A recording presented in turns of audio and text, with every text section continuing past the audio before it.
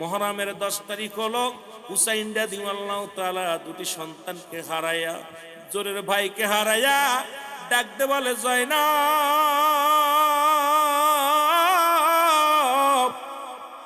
জয়নাব রে, আর বসে থেকে কি লাভ, আর বসে থেকে কি লাভ? এসেছিলাম কালেমার দাওয়াত দেওয়ার জন্য, এসেছিলাম রাসূলুল্লাহ সত্যবাণী প্রচারের জন্য।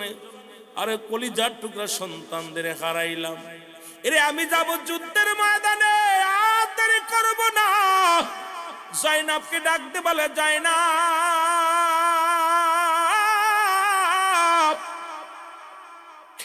আমার জয়নালকে দেখে রাখবি, কারণ আমার জয়নাল ছোট মানুষ, অসুস্থ। আমার জয়নালের ঠান্ডা জ্বর হয়েছে, আর যদি বেঁচে থাকে মদিনাওয়ালার রওজা পাকে যায়, আমার জয়নাল নালিশ দিবে আমাদের জন্য। জয়নালকে দেখে রাখবি, আমার জয়নাল বড় অসুস্থ। ভিতরে থেকে জয়নাল বলে, আব্বাজান আমি যাব যুদ্ধের ময়দানে। হুসাইন কয়, জয়নাল রে, আমি তোরে রেখে গেলাম, কারণ নবীজির উম্মতের জন্য তোরে রেখে গেলাম। জয়নাল কয়, না না, আমি যাব যুদ্ধের ময়দানে যাব। জয়নাল বড় সান্ত্বনা হতে লাগলেন। সান্ত্বনা দেয় কিন্তু সান্ত্বনা নেয় না। জয়নাল বারবার কয়, বাবাজি আমি যাব। হুসাইন ডাকতে বলে, জয়নাব, ও জয়নাব, শুনে নাও, শুনে নাও, আমার সকিনারে আমার লাশের পাশ আসতে দিবি না, কারণ কারবালার ময়দানে হাসান হুসাইনকে চিরবিদায় করে দিবেন। হুসাইন বলতেছে, জয়নাব রে, ওই লাশটার উপরে তারা আঘাত করবে। হুসাইনের লাশটারে যে বিক্ষত করেছিল। ঐতিহাসিকগণ, মুসলমান, কিতাব পড়লে কোন মুমিন চোখের পানি ধরে রাখতে পারে না। এত নিষ্ঠুর ইতিহাস, এত নিষ্ঠুর নির্যাতন করেছিল যারা, তারাও কিন্তু আজান দিয়েছিল মসজিদে, তারাও নামাজ পড়েছিল, জুম্মার নামাজ পড়েছিল। আবার হুসাইন শিবিরও আজান হয়েছিল, এজিদ শিবিরও আজান হয়েছিল। একটা শিবিরে আজান দিয়েছিল হত্যা করে, হুসাইনকে হত্যা করে আজান দিয়েছিল। আর একটা শিবিরে মুসলমান শাহাদতের পেয়ালা পান করা পরও আজান দিয়েছিল। জোরে জোরে চিল্লায়া বলা যাবে না আল্লাহু আকবার। দুইটা শিবিরে আজান হয়েছে, হুসাইন শিবিরও আজান হয়েছে, এজিদ শিবিরও আজান হয়েছে। খুব খেয়াল করবেন আমার ভাইয়েরা, আমার বন্ধুরা, আমার সারা বানো ডাকতে কয়, বিস্বামীরে একটু পানি দাও। পানির সন্ধানে মুসলমান গভীর মনোযোগ। পানির জন্যে যখন চলে গেলেন ফুরাত নদীর কিনারায়, পানির বিনিময় সন্তানকে চির বিদায় করে নিয়ে আসলেন। এই 8 তারিখ আসলো মুহররমের, মুসলমান শুনে নাও। এই 8 তারিখে যখন মুসলমান শুনে নাও, যখন দুনিয়া থেকে বিদায় হয়ে গেল হযরতে জয়নাব, মুসলমান শুনে নাও। মুসলমান গভীর মনোযোগ। আসগার আলী দুনিয়া থেকে বিদায় হয়ে গেল। আসগারকে নিয়ে যখন এই দুনিয়ার মধ্যে বাবা মা কান্না শুরু করে দিল, এই কান্না দেখিয়া তাবুর ভিতর থেকে আকবর আলী বাইর হয়ে আসলো। বড় ছেলে আকবর আলী এসে দেখে মা জননী কান্দে, বাবায় কান্দে। ডাক দে কয়, মা গো, তুমি কেন কান্দ গো মা? বলে, বাবা রে, এই দেখ রে, তোর ছোট ভাই চিরবিদায় হয়ে গেছে, আর কোনোদিন ভাই বলে ডাকবে না, চিরবিদায় হয়ে গেছে। জোরে জোরে চিল্লায়া বলা যাবে না আল্লাহু আকবার। মুহররমের 9 তারিখ হলো। অনেক লম্বা আগে বলতেছি বাবা, সব বিস্তারিত বলা যাবে না, শুধু আপনাদের বোঝানোর জন্য সংগঠনটা নাম দেওয়ার কারণে একটু টাচ দিয়ে যায়, আমার বাজানদের কথাগুলো বলে যায়। মুহররমের 9 তারিখ হলো। আকবর আলী তরবারি নিয়ে রওনা হবে। ভাইয়ের শপথ করে ভাইকে বলে, ভাই তোর শপথ করলাম তোমাকে ছুঁইয়া, যারা তোমাকে হত্যা করেছে তাদের প্রতিশোধ না নিয়ে আমি আর ফিরবো না, এই জীবনটা রাখবো না। কারণ আমার ভাইয়ের রক্ত ধুইয়া, আমার ভাইয়ের গা ধুয়ে ছুঁইয়া শপথ করলাম, জীবন দিয়া দিব, তবু বাতিলের কাছে মাথা নত করবো না। বিদায় নিয়ে রওনা হয়ে গেল। মায়ের কাছ থেকে বিদায় নেয়, চির বিদায় দাও হে ও মা গো, ডাকিতেছেন নবীজি আমার, বলো ডাকিতেছে নবীজি আমার, বলো চির বিদায় দাও হে ও মা গো। ডাকিতেছেন নবীজি আমার, বলো ডাকিতেছেন ছোট ভাইয়ে আদর করে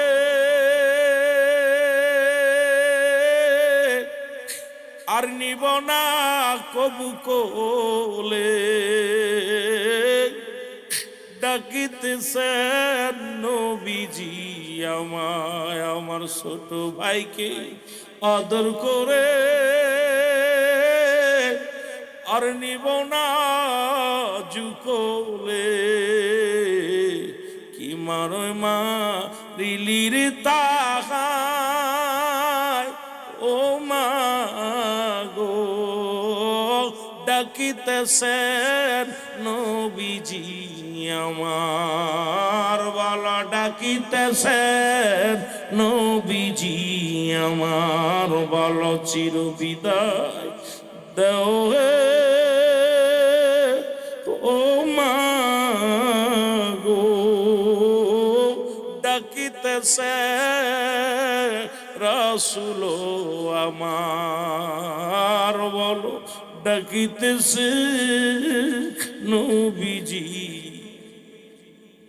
কি অপরাধ ছিল মোদের,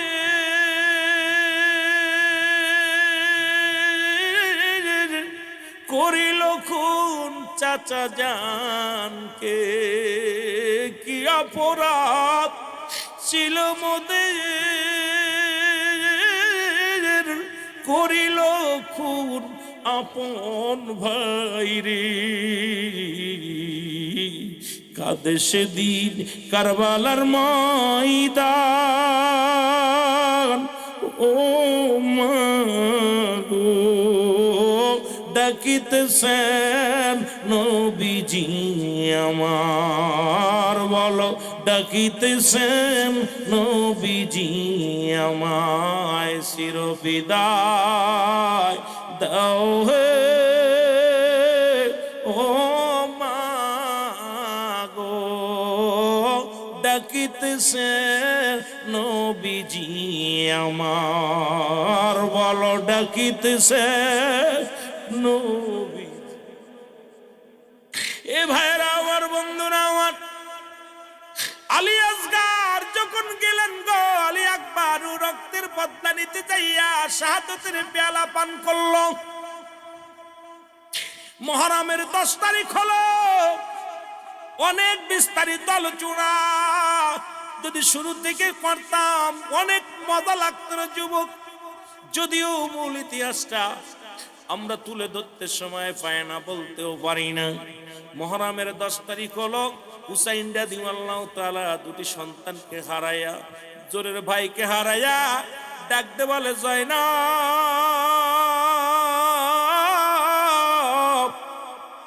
জয়নাব রে, আর বসে থেকে কি লাভ, আর বসে থেকে কি লাভ? এসেছিলাম কালেমার দাওয়াত দেওয়ার জন্য, এসেছিলাম রাসূলুল্লাহ সত্যবাণী প্রচারের জন্য, আরে কলিজার টুকরা সন্তানদের হারাইলাম। এরে আমি যাব যুদ্ধের ময়দানে, আর দেরি করব না। জয়নাবকে ডাকতে বলে জয়নাব,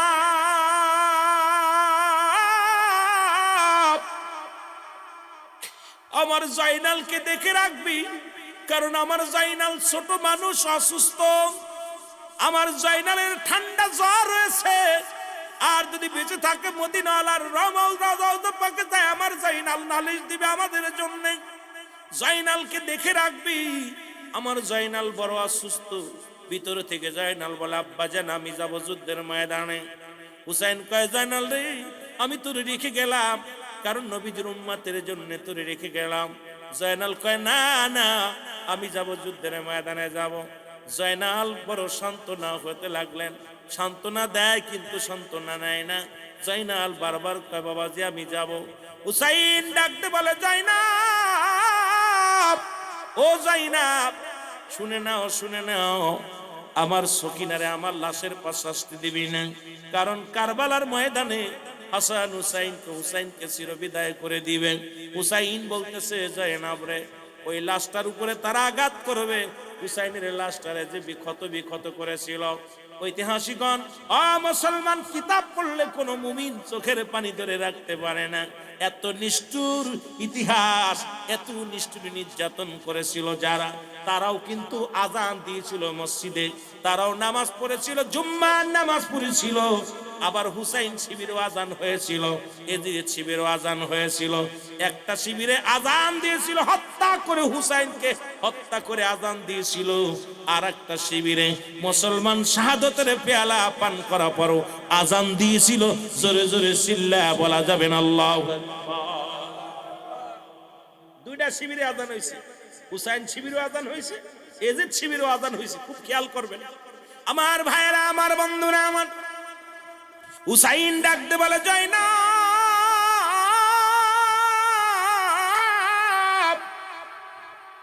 আমার সকিনারে আমার লাশের পাশে আসতে দিবি না, কারণ আমার দেহটা ক্ষত বিক্ষত করে ফেলবে, আমার দেহ দেখে সহ্য করতে পারে না আমার জয়নাব। এরে জয়নাব রে, আমার সকিনারে দেখে রাখবি। 2 নাম্বার জয়নাব, শুনে নাও জয়নাব, শুনে নাও, শুনে নাও, ও জয়নাব শুনে নাও, আমার নানাজির পাগড়ি মুবারক নিয়ে আসো। জয়নাব পাগড়ি মুবারক নিয়ে আসলেন, পাগড়ি মুবারক মাথার মধ্যে লাগাইলেন, লাগায় একটা চিৎকার দিয়ে বলে, নানাজি, এই সত্য ইসলামের জন্য আমি পাগড়ি লাগাইলাম মাথার মধ্যে, আমার দেহের মধ্যে যতক্ষণ পর্যন্ত প্রাণ থাকবে আমি যেন বাতিলের কাছে মাথা নত না করি, জীবন দেয়া যেন প্রমাণ করতে পারি আমি নবীর আশেক ছিলাম, আল্লাহর গোলাম ছিলাম। জোরে জোরে চিল্লায় বলা যাবে না মারহাবা, আর একটু জোরে জোরে চিল্লায় বলা যাবে না মারহাবা। মুসলমান, জয়নাব কি করলেন? পাগড়ি মুবারক নিয়ে আসলেন, পাগড়ি মুবারক রাসূল পাক সাল্লাল্লাহু আলাইহি ওয়াসাল্লামের পাগড়ি মুবারক হুসাইন রাদিয়াল্লাহু তাআলা মাথার মধ্যে লাগাইলেন। ডাকতে বলে, জয়নাব, ও জয়নাব শোনো, তাড়াতাড়ি শুনে না, আমার আব্বা জানের জুলফিকার মুবারক নিয়ে আসো। শেরে খোদা হযরত আলীর জুলফিকার মুবারক আনা হলো। জুলফিকার খানা হাতের মধ্যে নিয়ে হুসাইন রাদিয়াল্লাহু তাআলা একটা চিৎকার মেরে বলে, বাবাজি, ও আমার আব্বাজি, ইসলামের জন্য জীবন দিয়া দিব, এই জীবনের কোনো মূল্য নাই, কারণ রহমতের নবীর মহব্বত, ইসলামের জন্য, আল্লাহর দ্বীনের জন্য শাহাদাতের পেয়ালা পান করব। মুসলমান, আমার হাতে যতক্ষণ পর্যন্ত আমার হাতে জুলফিকার থাকবে আমি যেন বাতিলের কাছে মাথা নত না করি। হযরত জয়নাব কি করলেন? তরবারি টেনে দিলেন। এবার ডাকতে বলে, জয়নাব রে, আমির হামজার বল্লভটা নিয়ে আসো। আমির হামজার বল্লভখানে নিয়ে আসলেন। বাম হাতে আমির হামজার বল্লভ, ডান হাতে শেরে খোদা হযরত আলীর তরবারি, মাথার মধ্যে রাহমাতুল লিল আলামিনের পাগড়ি মুবারক নিয়ে দাঁড়ায় রইলেন। ডাকতে বলে, জয়নাব, ও জয়নাব, শুনে নাও, শুনে নাও, পৃথিবীর মধ্যে আমাদের জন্য কারুর নালিশ দিয়ে কারুর কাছে বিচার চাইবা না। যদি এখান থেকে ফিরে যাইতে পারো মক্কা মদিনায় রাসূলের রওজায় যাইয়া আমি হুসাইনের সালাম পৌঁছায় দিবা।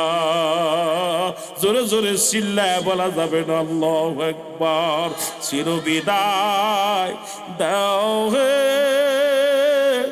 ও জয়নাব রে, ডাকিতেছে নবী আমার, বলো ডাকিতেছে নবীজি আমার, বলো চিরবিদায় দেও হে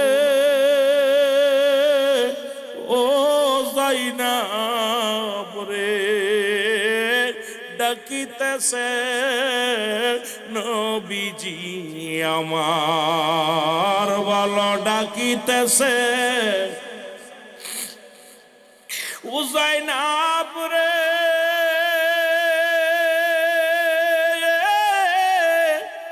মা জননী নাই রে ধরা,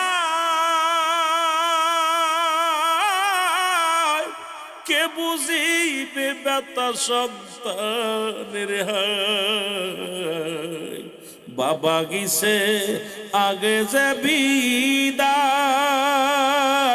ও জয়নাব রে, ডাকিতেছে নানাজি আমার, বলো ডাকিতেছে। আরো জোরে জোরে বলেন, হাসান হুসেনের প্রেমে চোখের পানি ফেললে মুসলমান জাহান্নামের আগুন হারাম হয়ে যাবে। বলেন, ডাকিতেছে নানাজি আমার, বলো ডাকিতেছে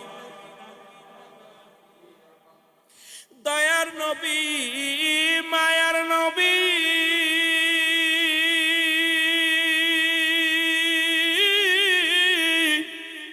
আজ বিপদের দিনে নাই কেউ সঙ্গী,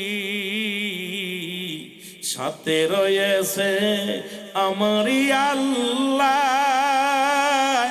ও যাইনাব রে, ডাকিতেছেন নবীজি আমার, বলো ডাকিতেছে নবীজি আমার, বলো ডাকিতেছে। আমার ভাইরা, এক হাতের মধ্যে তরবারি আর এক হাতের মধ্যে বল্লম, মাথার মধ্যে রাসূলুল্লাহর পাগড়ি মুবারক নিয়ে যুদ্ধের ময়দানে চলে গেল। অনেকগুলো সৈন্যকে কতল করে হযরত হুসাইন রাদিয়াল্লাহু তাআলা এই জমিনের মধ্যে পড়ে গেলেন। সবচেয়ে মজার বিষয় শুনে নেন, আজকে দাড়িওয়ালা টুপিওয়ালারা কি করেছিল। ওদিন দামেস্কের মসজিদের ইমাম যিনি ছিলেন, এজিদ ছিলেন দামেস্কের মসজিদের ইমাম। এত বড় একজন ইমাম হইয়া যার পাশে ১৬ লক্ষ মানুষ নামাজ আদায় করত, কেমনে করে নবীর আহলে বায়াতদেরকে তারা হত্যা করলো? কেমনে একটু পারান কাঁপে না, একটু মায়া লাগে না? কোন কোন লেখক বলেছে যে শেমর, এই শেমর ছিল দামেস্কের মসজিদের মুয়াজ্জিন। উনি আজান দিতেন, মাঝে মাঝে মসজিদে আজান দিতেন। যখন হুসাইন রাদিয়াল্লাহু তাআলা গায়ের মধ্যে ৭২টি তীর যখন লাগায় দিছে, জমিনের মধ্যে পড়ে গেছে। হুসাইন পড়ে যাওয়ার পর চিৎকার মেরে বলে, শেমর রে, আমাকে মারিস না, আমাকে যদি মারিস আমার নানা কষ্ট পাবে। আমি দিন ইসলামের দাওয়াত দিতে আসছি, আমাকে তুই মারবি না। কিন্তু শেমরের দিলে কোনো মায়া হলো না। ডাকতে হুসাইন ডাকতে বলে, শেমর, আমি তোমাকে চিনতে পেরেছি। আমার নানাজি বলেছিল মক্কা মদিনা ওই কালা কুকুর, ডুরা কাটা কুকুর আমার পায়ের মধ্যে কামড় মেরেছে। আমার আর বুঝতে বাকি নাই তুমি সেই নিষ্ঠুর কুকুর, কারণ তুমি অর্থের লোভে পড়ে গেছো। ওই যে আগেই বলেছি, বাল্যবা কেলাও, এই দুনিয়াটা পচা দুর্গন্ধ মরি, তুমি অর্থের লোভে পড়েছো, তুমি আমাকে মেরে ফেলবা, তবে আমাকে আর কষ্ট দিস না। ওজা মুসলমান গভীর মনোযোগ। হুসাইন রাদিয়াল্লাহু তাআলার কলিজার মধ্যে পল্লব দিয়ে খুসাইতে লাগছে রে। আর হুসাইন ডাকতে বলে, নানাজি ইয়া মুহাম্মাদান, ইয়া মুহাম্মাদান, ইয়া মুহাম্মাদান বলে চিৎকার মেরেছিল সেদিন। আমার নবীজি, আমার নবীজিকে ডাকতে হুসাইন বলে, নানাজি, ও আমার নানাজি, আর পারছি না রে নানাজি। হুসাইন ডাকতে বলে, শেমর রে, আমাকে একটু একটু শান্তি দে, কারণ আমি জয়নালের কান্না শুনতে পাই, আমি আমার নানাজির ডাক শুনতে পাই। জোরে জোরে চিল্লায় বলা যাবেন আল্লাহু আকবার, জোরে জোরে চিল্লায় বলা যাবেন আল্লাহু আকবার। ধীরে ধীরে চালাও গো সুরি, ধীরে ধীরে চালাও গো সুরি, নিষ্ঠুর মারি গলায়, এ গলাতে দিছেন গো চুমা আমারি নানাই, বলো এ গলাতে দিছেন চুমা আমারি নানাই, বলো ধীরে ধীরে চালাও সুরি, ধীরে ধীরে আমারি গলায়, এ গলাতে দিছেন গো চুমা আমারি নানাই, অনুনাই বিনাই করি নিষ্ঠুর তোমারে, জৈনাল বেদিনের কান্না শুনতে দেও আমারে, আইরে দয়ার নবীর মধুর ডাকটা শুনতে দেও আমারে। আরে ডাকে আমার ওই না নাজি, ডাকে আমার ওই না নাজি, মারিস না আমারে। ওরে ডাকে আমার ওই না নাজি, মারিস না মারে। ধীরে ধীরে চালাও সুরি, ধীরে ধীরে চালাও বসুরি, নিষ্ঠুর আমারি গলায়, এ গলাতে দিছেন গো চুমা আমারি নানা। আমার ভাইরা, অনেক অনুনয় বিনয় করা পরও নিষ্ঠুর শোনে নাই কথা। হুসাইন বলেন, হুসাইন ডাকতে বলে, এ নিষ্ঠুর আমার কথা শুনবি না? যেহেতু আমার নানাজি অলকমের উপর দিয়া সুমা দিচ্ছে, নিজ দিয়া উপর দিয়া পোজ দাও, সঙ্গে সঙ্গে পোজ দিলেন।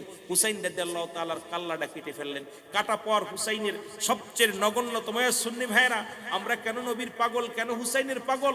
আমার বাবারা হুসাইনের কাল্লা কাটিয়া তরবারির উপরে থুয়া থুতু নিক্ষেপ করলেন। ফুটবল যেমন লাথি মারে ঠিক তদ্রুপ ওই ময়দান দিয়া তার মাথাটাকে বেজ্জতি করা হলো। হুসাইনের গায়ের পণ্যের কাপড়টা খুলে নেওয়া হলো, উলুম্ব করে দেওয়া হলো, গায়ের পণ্যের কাপড়টা রাখছিলেন না।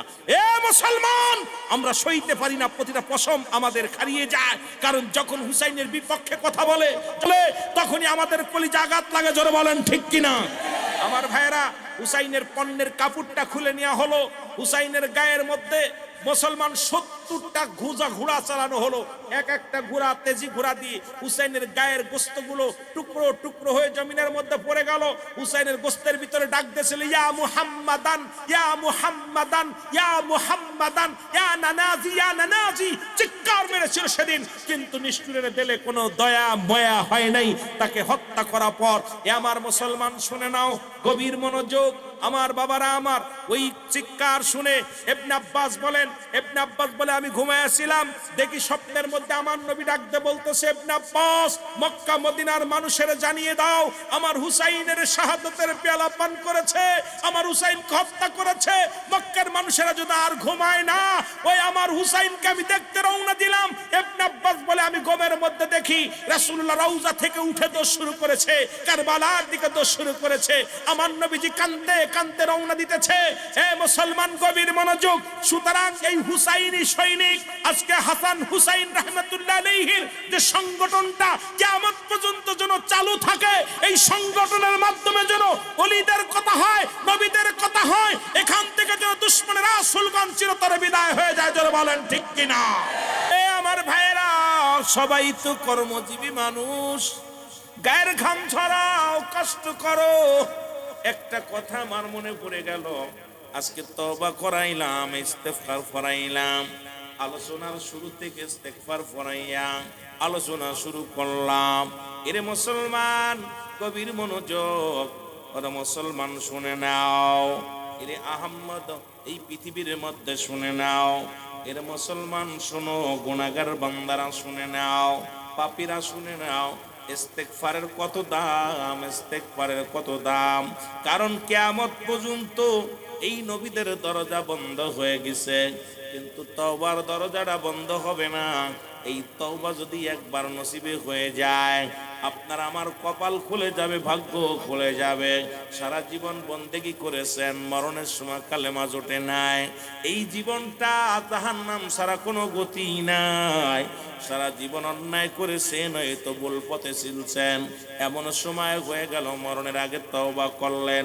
আমার আল্লাহ রাব্বুল আলামিন ওই তওবার খাতিরে কবুল হওয়ার কারণে আপনাকে জান্নাতি করবে। জোরে জোরে চিল্লায় বলো মারহাবা। আর একটু জোরে জোরে চিল্লায় বলা যাবেন আল্লাহু আকবার। মহব্বতের সঙ্গে দুরূদ শরীফ পড়েন, আল্লাহুম্মা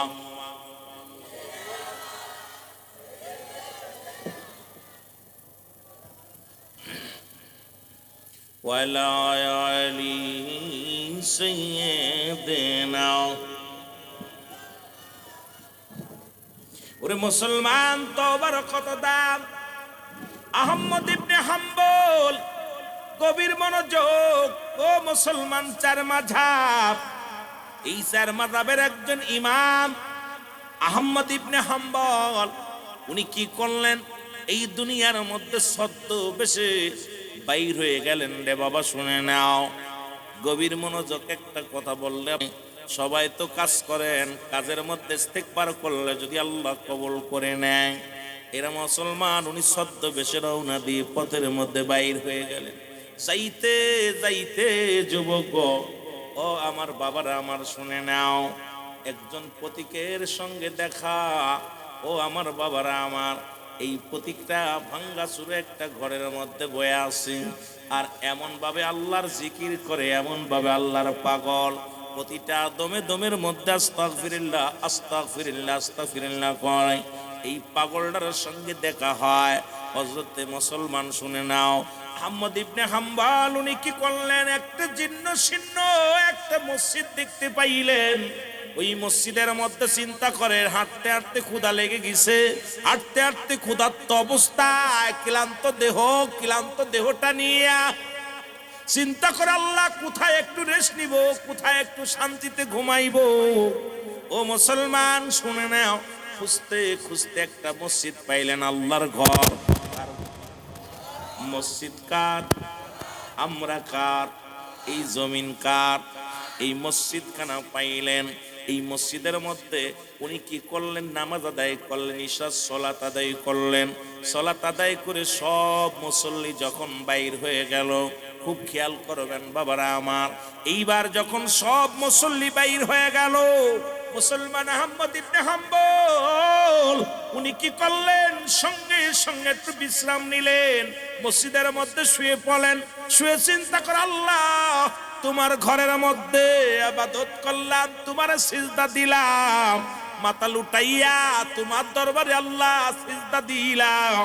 ও রব্বি কারীম, এই রাতটুকু আজকে মসজিদের মধ্যে কাটায় যাব, বাইরে আমি কোথায় যাব? বাইরে তো যার জায়গাও নাই, আমিও তোমার, আল্লাহর ঘরও তোমার, এই ঘরের মধ্যে রাতটুকু কাটায় যাব। বিশ্রাম নিতে লাগলেন। মুসল্লিরা যখন বাইর হয়ে গেলেন, খাদেম সাবাইয়া দেখে রে মসজিদের ভিতরে একটা লোক শুয়ে আছে। দমক দিয়ে বলে, ওই লোক তুমি মসজিদের ভিতরে শুয়ে আছো কেন? বলে, আমি একটু বিশ্রাম নিব, রাতটুকু কাটায় যাব, ফজরে আজান পড়লে এখান থেকে বাইর হয়ে চলে যাব। খাদেম বলে, এখানে কি বিশ্রামের জায়গা? এখানে কি ঘর? এখানে কি ও যুবক, এখানে কি তোমার জন্য পালাখানা করা হয়েছে? মসজিদ থেকে বাইর হও। মসজিদ থেকে বাইর হতে চাই না।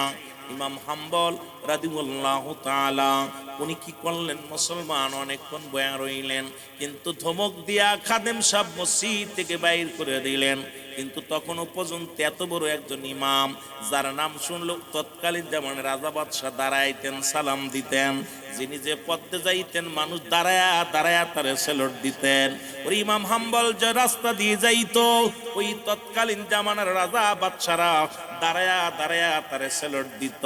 কিন্তু এত বড় একজন আল্লাহর মাহবুব বান্দা হওয়ার পর নিজের পরিচয় গোপন রাখলেন। খাদেম দমক দেয়, খাদেমের দমক শুই না একটু বিচলিত হয় নাই, রাগান্বিত হয় নাই। এমন মুসলমান শুধু কান্দার বলে, আমার আল্লাহ এই ধমকটা আমার হয়তো প্রাপ্য ছিল, এই জন্য ধমক খাইলাম। আমি যদি উত্তর দিই প্রতিশোধ হয়ে যাবে, না না আমি প্রতিশোধ দিব না, আমি ধমক দিব না, আমার পরিচয় আমি দিব না। ও আমার আল্লাহ, আমি মাওলা তোমার গুলাম, তোমার গুলাম, গুলামকে তুমি আরো নমনীয় বানায় দাও, এই গুলামকে আরো কি বানায় দাও, নমনীয় বানায় দাও। কিন্তু আমার দেশের মানুষ একটু টাকা পাইলেই গরম, একটু সম্পদ পাইলেই তাদের গরম। আজকে ভাইরাতে বাইনিরা মুসলমান খুন হয়, দেখছেন কোথায়? ওই মুসলমান ফরিদপুর বোয়ালমারীর জমিনে আপন ভাই হইয়া বড় ভাই হয়ে ছোট ভাইকে হত্যা করেছে। উনি এবছরে নির্বাচন করেছিলেন, কিন্তু নির্বাচনে ফেল করেছে স্বতন্ত্র প্রার্থী হইয়া। এই পাগলটা এই সম্পদের জন্য ভাই হইয়া ভাইয়ের বুকে গুলি চালাইলু। ওর কি একটু ধারণা নাই? আল্লাহ কয় কুল্লু মান আলাইহা ফান, আল্লাহ কয় বান্দা এই জমিনটা আমি রাখবো না, এই জমিনের মধ্যে যা কিছু আছে আমি আল্লাহর জন্য বিচ্ছিন্ন করে দিব। এই জমিনের মধ্যে যত মাটি আছে মাটিগুলো পুড়ে তামা হয়ে যাবে রে। এই জমিনের মধ্যে কোনো মাটি থাকবে না। এই যে বাল আপনারা কত মুসলমান কত কি করেন বলতেছিলাম, লবণ তৈরি করেন, এই না জমিনের মধ্যে জমিনটা আল্লাহ রাখবে না, এই জমিনটা পুরা আমার আল্লাহ তামা বানায় দিবে। এই জমিনের মধ্যে যত পানি আছে, যে পানিটা ও মুসলমান বাষ্প করিয়া লবণ বানান, এই পানিটা একদিন পুড়ে আমার আল্লাহ ছাই বানায় দিবে। আল্লাহ কয় বান্দা যেদিন কিচ্ছু বলতে কিচ্ছু থাকবে না, সেদিন থাকবো শুধু আমি আল্লাহ। জোরে জোরে চিল্লা বলা যাবে না মারহাবা। আল্লাহ কয় যেদিন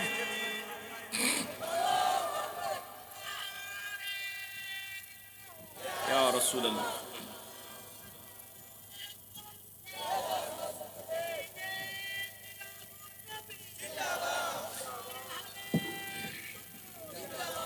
আল্লাহ কয় বান্দা যেদিন আমি থাকবো আমার নবীর প্রেম ভালোবাসা নিয়ে গো। সবচেয়ে মজার বিষয়, সুন্নি হইয়া জন্ম নিলাম, সুন্নির ঘরে জন্ম নিলাম। আল্লাহ কয় যেদিন কিচ্ছু থাকবে না, থাকবো শুধু আমি থাকবো আমার রাসূলের ভালোবাসা নিয়া। আমরাও থাকতে চাই রাসূলের ভালোবাসা নিয়া। জোরে বলেন ঠিক কিনা? মদিনা যাইতে পারলাম না, মদিনা। আরো জোরে জোরে চিল্লায় বলেন মদিনা যাইতে পারলাম না, মদিনা। আমি অসহায় তাই এত দূরে রই, বলো অসহায় তাই এত দূরে রই, দূর থেকে সালাম জানাই, বলো দূর থেকে জানাই। মদিনা যাইতে পারলাম না, মদিনা। মদিনার নাম কত সুন্দর,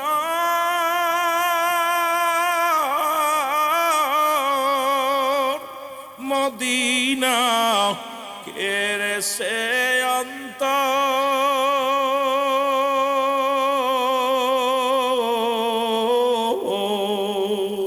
ওই মদিনার পথের দুলি, ওই মদিনার পথের দুলি মাখতে পারলাম না, মদিনা। হায় হায় বলো মদিনা যাইতে পারলাম না, মদিনা।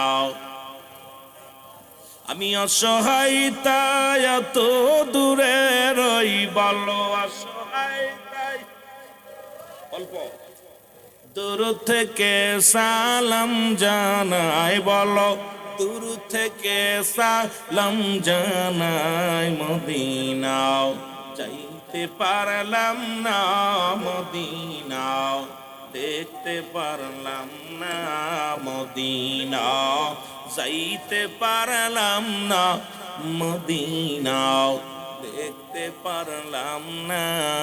আল্লাহুম্মা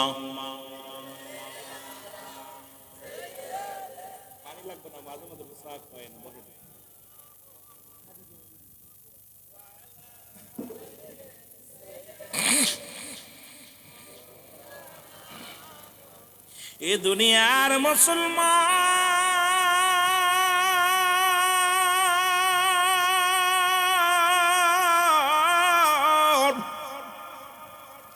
ইমাম হাম্বল যাইয়া বাবার গভীর মনোযোগ। ইমাম আহমেদ হাম্বল, ও মুসলমান শুনে নাও, আহমদ ইবনে হাম্বল, অনেকেই বলে হাম্বল বলে, কেউ বলে মুসলমান, শুনে রাহমাতুল্লাহ আলাইহি।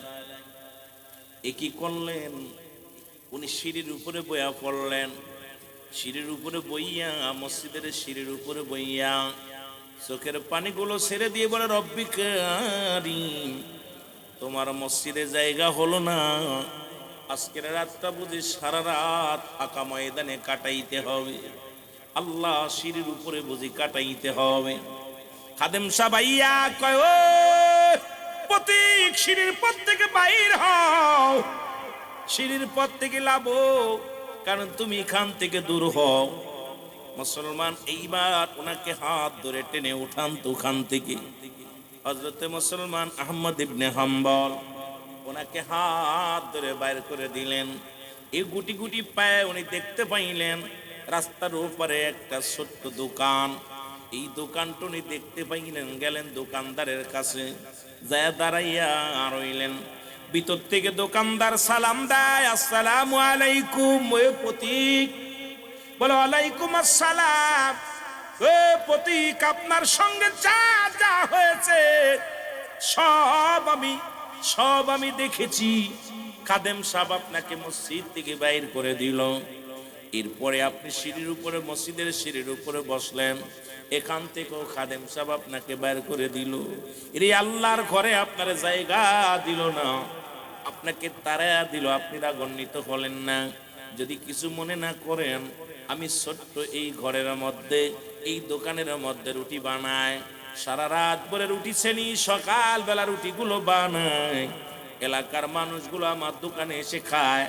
যদি আপনি মনে কিছু না করেন, এই ঘরের মধ্যে বিশ্রাম নিতে পারেন। মুসলমান শুনে নাও, হযরতে আহমদ ইবনে হাম্বল উনি কি করলেন? এই ঘরের ভিতর প্রবেশ করলেন, দেখে আগুনের তাপ, ঘরটা বড়, মুসলমান অনেক গরম, কারণ বিশাল ঠান্ডা। শীতের মধ্যে গায়ের মধ্যে পোশাক নাই। ও মুসলমান, শীতের পোশাক নাই, কনকনে শীতের মধ্যে দোকানের মধ্যে রইলেন। কিন্তু উনাকে শোয়া দেওয়া পর দোকানদার বিড়বিড় করে মুসলমান দেখে পানি ছেনলো, পানি যখন ঢাললো আটার মধ্যে, বিড়বিড় করে মুখটা নাড়ায়। এবার দেখে আটা যখন গোলাইলেন তখনও বিড়বিড় করে ঠোঁটনা নড়ায়। এবার আটা যখন খামির বানাইলেন তখনও বিড়বিড় করে মুসলমান কি যেন বলে, ঠোঁটটা নাড়ায়। আবার যখন রুটি বানানো শুরু করলো তখনও ঠোঁট দুইটা বিড়বিড় করে নড়ায়। ইমাম সাহেব এবার জিগাইলেন, ও ভাই দোকানদার, মনে কিছু করবেন না, আপনার কাছে একটু জানতে চায়। আমি দেখলাম আপনি কি যেন বলেন, আপনি এই যে পানি টানলেন আটা, রুটির মতো আটার মধ্যে যখন পানি দিলেন তখনও দেখলাম আপনি মনে মনে যেন কি বলেন, কি দুরূদ কি পড়েন। আবার যখন আপনি আটা বানাইয়া খামির বানাইলেন তখনও দেখলাম কি যেন বলেন। আবার যখন রুটি বানান তখনও যেন কি বলেন। দোকানদার বলে, ভাই আমি আর কিছু বলি না। ও ভাই শুনে নাও, যখন আমি আটাগুলো একটা পাতিলের মধ্যে থুইয়া যখন পানি দিই তখন আমি ইস্তেগফার করি, লা হাওলা ওয়ালা কুওয়াতা ইল্লা বিল্লাহ, আস্তাগফিরুল্লাহ আস্তাগফিরুল্লাহ আস্তাগফিরুল্লাহ। যখন আমি পানি দিলাম তখন বললাম আস্তাগফিরুল্লাহ। যখন আমি আটাগুলো, যখন খামিরগুলো বললাম আস্তাগফিরুল্লাহ। যখন আমি রুটি বানাইলাম তখন বললাম আস্তাগফিরুল্লাহ। বলে, ভাই আপনি এটা বলেন কেন? আমি এইটা বলার কারণে আমি এত বরকত পাই, রব্বে কারীম আমারে কোথায় অভাব রাখে না। এই দুনিয়ার মধ্যে ইস্তেগফার করার কারণে আল্লাহ আমাকে এত বড় ধনী বানায়া দিছে। দুনিয়ার সম্পদ আল্লাহ এত পরিমাণ আমার দিছে। শুধু আমার মনে একটা মাত্র আশা, আমি যা বলি আমার আল্লাহ কবুল করে। আমি আল্লাহর কাছে যা চাই আমার আল্লাহ সেটা কবুল করে। জোরে জোরে চিল্লায়া বলা যাবে না সুবহানাল্লাহ?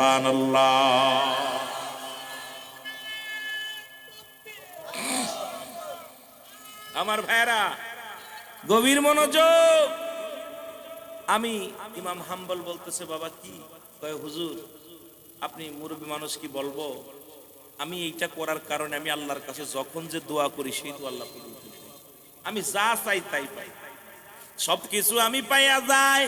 তবে জীবনে বড় একটা স্বপ্ন, দুইটা স্বপ্ন গো। এই যে ইস্তেগফার করার কারণে, আস্তাগফিরুল্লাহ পড়ার কারণে আমার আল্লাহ সম্পদ দিছে, যা চাইস তাই দেয়। তবে একটা জিনিস আমি পাই না, সেই জিনিসটা হলো মুসলমান শুনে নাও, এই বাগদাদ নগরের মধ্যে, এই জমিনের মধ্যে একজন ইমাম আছে। বড় শখ জীবনে তাকে একটু দুনয়নে দেখব। আমার বড় শখ ইমাম মুসলমান শুনে নাও, আহমদ ইবনে হাম্বলকে একটু দুনিয়ার মধ্যে দেখার বড় স্বপ্ন। উনি বর্তমান যুগের বড় আলেম, বড় আল্লাহওয়ালা।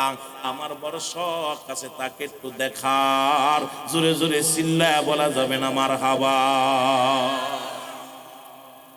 হুজুর, আমার আল্লাহ সব আশা পুরা করছে ইস্তেগফার করার কারণে, কিন্তু একটা আশা পুরা করে নাই। কোন আশাটা? সেটা আমি ইমাম আহমদ ইবনে হাম্বলকে দেখি নাই। বড় শখ তাকে একটু দেখা, বড় স্বপ্ন। আল্লাহর কাছে বারবার দোয়া করি। আমি যখনই নামাজে দাঁড়ায় যাই, যখনই আমি আল্লাহর দরবারে ইস্তেগফার করে ডাক দেই, বলি রব্বে কারীম, ও রব্বে কারীম গো, তখনই আমার আল্লাহ কবুল করে। কিন্তু জীবনে একটা মাত্র আশা, আমি আমলের কোনো ত্রুটি রাখি নাই, নামাজও সারি নাই, রোজাও সারি নাই, জীবনে আমি সব কর্ম করি, যা চাই তাই পাই, কিন্তু একমাত্র আশা মনে রেখে গেলাম, কারণ উনিও এই জায়গায় আসবে না, উনিও বাগদাদ নগরে আইব না, আমিও ওই জায়গা মুসলমানকে যাইতে পারবো না, কারণ আমার সঙ্গে মনে হয় আর জীবনে দেখা হবে না। মরার আগে যদি একবার তারে পাইতাম, নয়নটা ভরে দেখতাম, এমন একজন আল্লাহর মাহবুব বান্দা, এমন একজন দিন দরদি বান্দাকে আমি দেখতাম। এই কথা শোনা পর মুসলমান শুনে নাও, হযরতে মুসলমান আহমদ ইবনে হাম্বল চোখের পানিগুলো দরদর করে ছেড়ে দিছে। চোখের পানিগুলো ছেড়ে দিয়ে বলে, দোকানদার ভাই, রুটিওয়ালা ভাই। রুটিওয়ালা বলে, ও প্রতীক, তুমি কেন কান্দো? তুমি কেন কান্দো? বলে, কান্দি এই কারণেই কান্দি, আজকেও তোমার দোয়া কবুল হয়ে গেছে। জোরে বলেন না মারহাবা। জীবনে যত দোয়া করছো কবুল হইছে, আজকেও তোমার দোয়া আমার আল্লাহ কবুল করেছে। এই জন্য আমাকে মসজিদ থেকে বাইর করে দিছে, মসজিদের ওই সিঁড়ি থেকেও আমার তাড়া দিয়েছে, দূর দূর করে তাড়িয়ে দিছে। জোরে জোরে চিল্লায়া বলা যাবে না আল্লাহু আকবার। মুসলমান রুটিওয়ালা দোকানদার ডাক দেখো, ভাই প্রতীক, আরে আমি দেখতে চাইলাম ইমাম আহমদ হাম্বলকে, কিন্তু আপনি কেন কান্দেন? আর আপনাকে কেন মসজিদ থেকে বাইর করে দিল? আর আপনাকে কেন মসজিদের সিঁড়ি থেকে বিতাড়িত করলো? এটার জন্য আপনি কেন কান্দেন? বলে, ভাই, আপনার দোয়া আমার আল্লাহ কবুল করেছে, আপনার তওবা, আপনার জিকির এমন ভাবে কবুল করেছে, আমার আল্লাহ রাজি হয়ে গেছে। আপনি যাকে দেখতেছেন তিনি আর কেউ নয়, তিনি হলো আহমদ ইবনে হাম্বল। জোরে জোরে চিল্লায়া বলা যাবে না মারহাবা। জোরে জোরে চিল্লায়া বলা যাবে না মারহাবা। আমার মনে বড় আশা ছিল যাব রে মদিনা, বল মনে বড়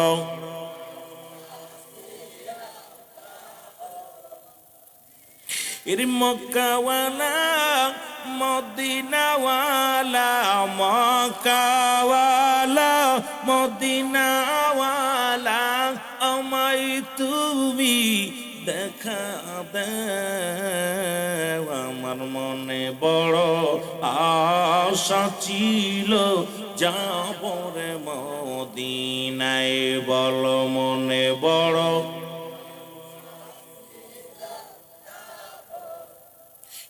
আরব সাগর পাড়ি দিব, নাই তো মোদের তরি,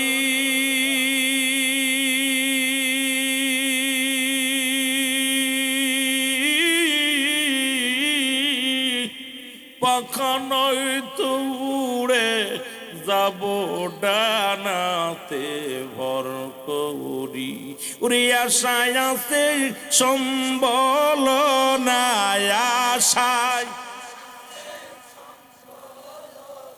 ওর করি কি আমার মনে বড় আশা ছিল যাব মদিনায়, বল মনে বড়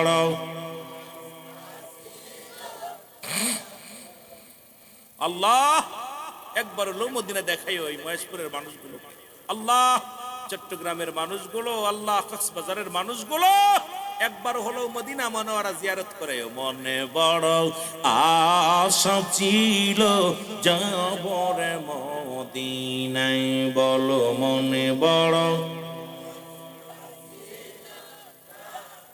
এর ঘুরি আমি দেশ বিদেশে, ঘুরি আমি দেশ বিদেশে, নবীর পাগল হইয়া আমার মনে বড় আশা ছিল যাব মদিনায়, বলো মনে বড়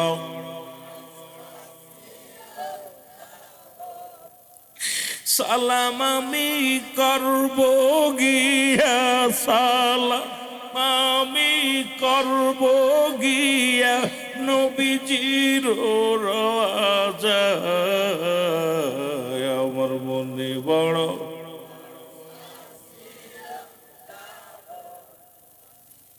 এ দুনিয়ার মুসলমান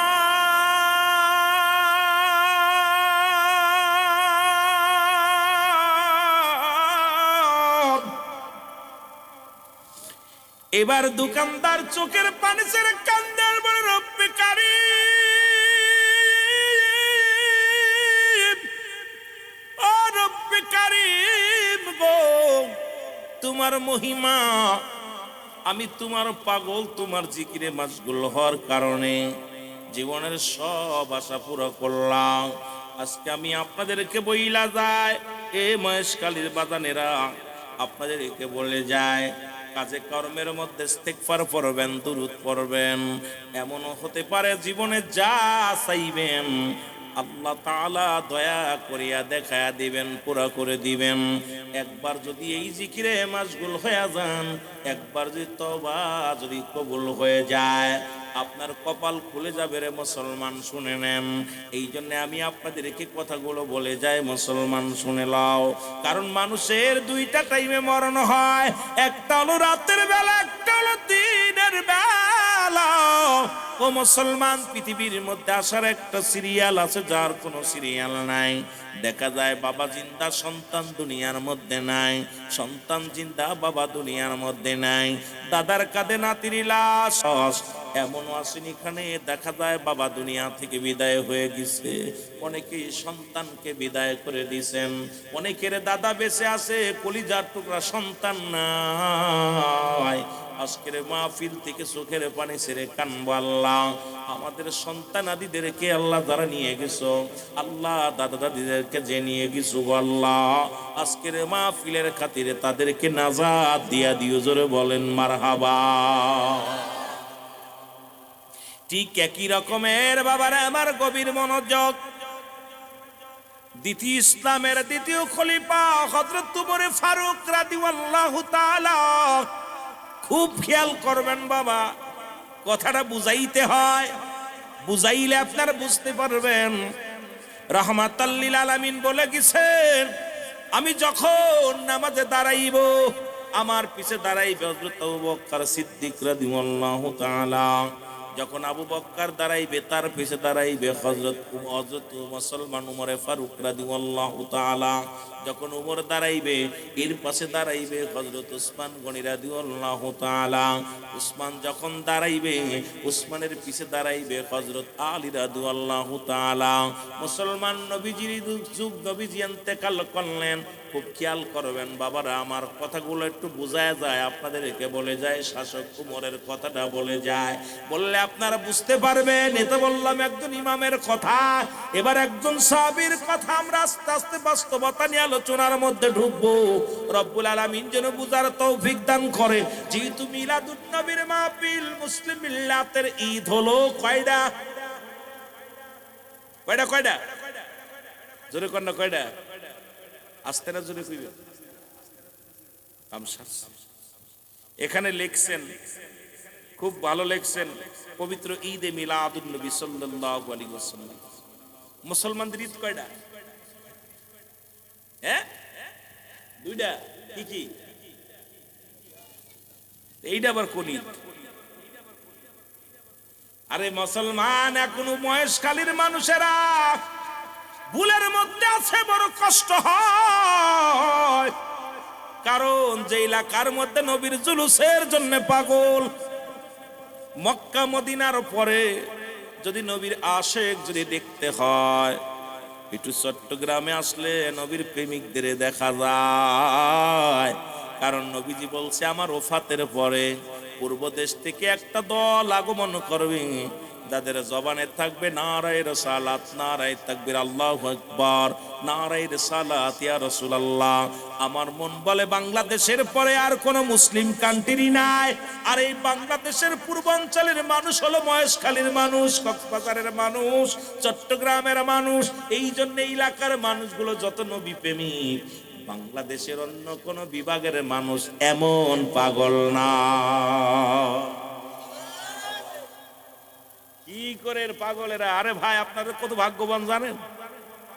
রাসূল নিজে বলে গেছে, আমি দেখতেছি অচিরেই পূর্ব দেশ থেকে একটা জামাত, একটা দল বাইর হবে, তাদের জবানে থাকবে নারায়ে রিসালাত ইয়া রাসূলুল্লাহ, নারায়ে তাকবীর, আল্লাহু আকবার। এই ধ্বনি দিতে দিতে আমি নবীর রওজা পর্যন্ত আসবে। এই জন্য বাংলাদেশের জুলুসের উপরে, এই চট্টগ্রামের জুলুসের উপরে আর কোন জুলুস হয় না। সুবহানাল্লাহ বলেন না? এত নবী প্রেমিক, আবাল বৃদ্ধ, কানা কুরা, ল্যাংড়া লুলা, নারায়ে রিসালাত ইয়া রাসূলুল্লাহ, ঈদ মিলাদুন নবী উদযাপনে যত পাগল, চট্টগ্রামের মানুষ, অন্য বিভাগের মানুষ এত পাগল না। ঠিক কি না? আল্লাহ যেন এই কাফেলায় শরীক হওয়ার তৌফিক দান করে। আর জোরে বলেন আমিন। আপনার ভাগ্যবান, কারণ এই পূর্ব দেশ বলতেই বাংলাদেশকে বোঝায়, আর আমার এই দেশের পূর্ব দেশের মানুষ আপনারা। এ মুসলমান, ঈদে মিলাদুন নবী এইটা আবার কোন হালুয়া? আল্লাহ কয়, মুসলমান শোনো, গভীর মনোযোগ। মুসলিম মিল্লাতের ঈদ হলো 5টা। কয়টা? আমার ওয়াজ তো অনেকেই শুনছেন, তো এখন কইতে পারেন না কয়টা। 1 নাম্বার ঈদের নাম হলো ঈদে মিলাদুন নবী সাল্লাল্লাহু আলাইহি ওয়াসাল্লাম। 2 নাম্বার ঈদের নাম হলো ঈদুল ফিতর। 3 নাম্বার ঈদের নাম হলো ঈদুল আযহা। 4 নাম্বার ঈদের নাম হলো ইয়াউমুল জুম্মা।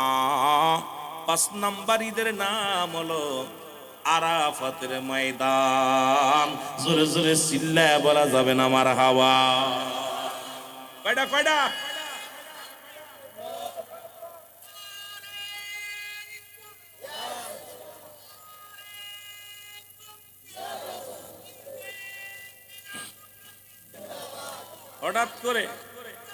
হঠাৎ করে ওয়াজ একটু মোর দিল, কারণ হঠাৎ করে পত্রিকার দিকে তাকাইলাম আর আপনাদের মুখের দিকে তাকাইলাম। কয়টা ঈদ? কয়টা? ঈদ মানে আনন্দ, মিলাদ মানে জন্ম বৃত্তান্ত। এখন ঈদে মিলাদুন নবী মানার জন্য আমি ছোট্ট কোন কুরআন হাদিস তো দলিল লাগতো না। যদি আপনার এলাকায় যদি কোনো কাট্টা ওয়াহাবি থাকে, তারে বলবেন ওয়াহাবি ভাই বসো। আর ঈদে মিলাদুন নবীর দলিল বেশি না, সূরা ইখলাস দিয়ে দিবা।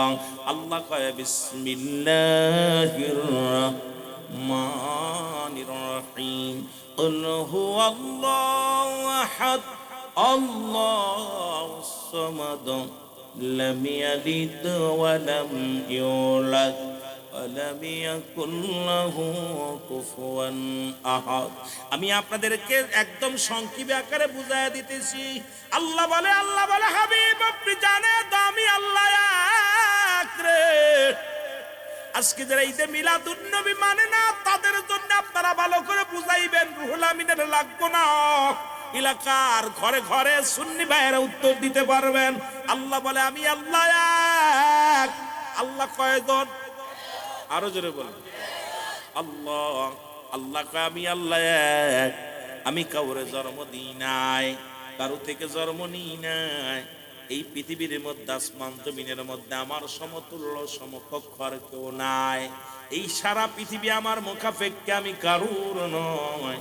এখন আমার নবীর জির নাম হলো হযরত মুহাম্মদুর রাসূলুল্লাহ সাল্লাল্লাহু আলাইহি ওয়াসাল্লাম। ওদের জিগাইবেন মিলাদ হলো আছে আমার নবীর, মিলাদ নাই আল্লাহর। এখন মিলাদুন নবী যে মৌলবী মানে না, ওরে আগে পিটাইতে হবে। কারণ এই দুনিয়ার মধ্যে আলেম সাহেব শোনো গো, একমাত্র মিলাদ নাই আমার আল্লাহর। মিলাদ আছে ওই মৌলবীর গরুর মিলাদ আছে, ওই মৌলবীর নিজেরও মিলাদ আছে। মিলাদ শব্দের অর্থই হলো জন্ম বৃত্তান্ত। এখন আমার নবীর নাম হযরত মুহাম্মদুর রাসূলুল্লাহ সাল্লাল্লাহু আলাইহি ওয়াসাল্লাম। আব্বার নাম আব্দুল্লাহ, মার নাম আমিনা, দাদার নাম আব্দুল মুতালিব, দাদির নাম ফাতিমা। মুসলমান নানার নাম আব্দুল ওহাব, জোরে নানির নাম বাররা। বংশ হলো মুসলমান কুরাইশ বংশ। 570 খ্রিস্টাব্দে দুনিয়ার মধ্যে নবী আসছে। এখন মৌলবীরে জিগাইবেন তোর আল্লাহর আব্বার নাম কি, তোর আল্লাহর মার নাম কি, আগে ক। কারণ আমার নবীর আব্বা ছিল, মা ছিল, বংশ তারিখ ছিল, মুসলমান জন্ম তারিখ ছিল। এই জন্য আমার নবীর মিলাদ আছে, আল্লাহর মিলাদ নাই। আজকে মিলাদুন নবী যারা না মানে এদের মতো বোকা মানুষ আর দুনিয়ায় নাই। জোরে বলেন ঠিক কিনা? কথা ক্লিয়ার? আরে আপনারা উত্তর দিবেন, আমাদের লাগতো না, এই জন্য আপনাদের জন্য সহজ করে দিলাম। ওই মিলাদ নাই কার? আরো ধরে কোন কার মিলাদ আছে? কার? যে কয় নাই ওরও আছে মিলাদ। ওইটার যুগে তুই কি আকাশতে পড়ছিস? তোর আব্বা নাই, তোর মিলাদ আছে। সুতরাং মিলাদের বিরোধিতা করার কোন পায়তারা করে লাভ নাই। কারণ মিলাদ আছে আমার নবীর, মিলাদ আছে কুল কায়নাতের স্রষ্টার মিলাদ নাই, সৃষ্টির মিলাদ আছে। তোরা বলেন ঠিক কিনা? সৃষ্টি করছে কে? সুতরাং তার কোনো মিলাদ নাই, সৃষ্টির মিলাদ আছে, স্রষ্টার মিলাদ না। এইটা বুঝাইবি কেমনে? আমার নবী কি একবারে উপর থেকে ধস করে পড়ে গেছে? আব্বা ছিল না, মা ছিল না, জন্ম ছিল না। এখন এটাও বুঝলাম, কয় হুজুর এটাও বুঝলাম। এখন ঈদ মানে আনন্দ, কয় হুজুর এইবার আনন্দ। আরে ভাই, তোমার একটা পোলা হইলে তুমি খুশি না বেজার? ওহাবিরে জিগাইবে, ওই ওহাবি নবীর মিলাদ পাই আমরা খুশি হই, তোরা বেজার হইস কারণটা কি? কারণ ওই লোকটা লেখাপড়া করে একটা চাকরি পাইছে, ও খুশি না বেজার?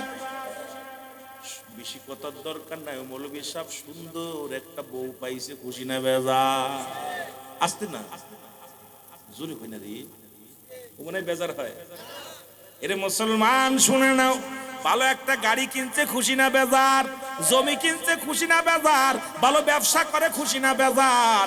আর আমার নবী আইলে যারা বেজার হয়, এর মধ্যে আর বুঝতে বাকি না ওর জন্মের মধ্যে ভেজাল। জোরে বলেন ঠিক কিনা? ওর জন্মের মধ্যে ভেজাল। এই জন্য নবীর চাচার সংখ্যা ছিল 9 জন। খুব খেয়াল করবেন, আমি আপনাদেরকে বুঝা দিয়ে যাই যে তুমি মুসলমান, যেহেতু একটু পিছনের দিকে গেছি, নবীজির চাচার সংখ্যা ছিল 9 জন।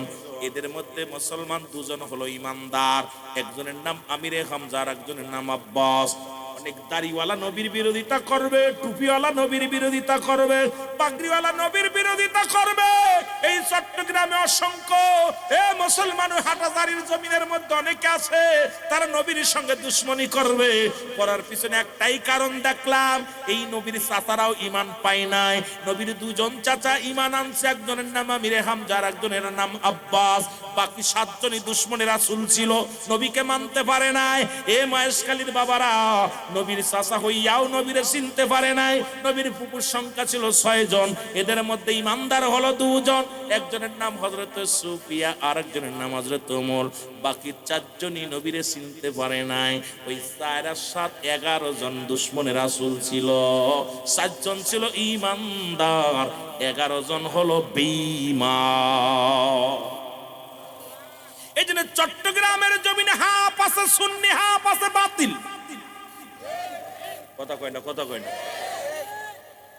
বুঝিনি কথা হইয়ে না। অনেকে দাড়িওয়ালা টুপিওয়ালা নবীর কথা শুনলে কষ্ট পায়। কষ্ট পাবে না কেন? শুনেন না, রাসূলের চাচা ছিল কয়জন? কথা কয় না রে, আমার কথা বোঝেন? ভাষা বুঝতেছেন তো? খুশি হইলাম। না বুঝলে তো বিপদ, কারণ অত দূর থেকে বক্তা ভাড়া করে আইনা যদি বক্তার কথা না বুঝি, ইয়েস নো ভেরি গুড, তাহলে বিপদ না?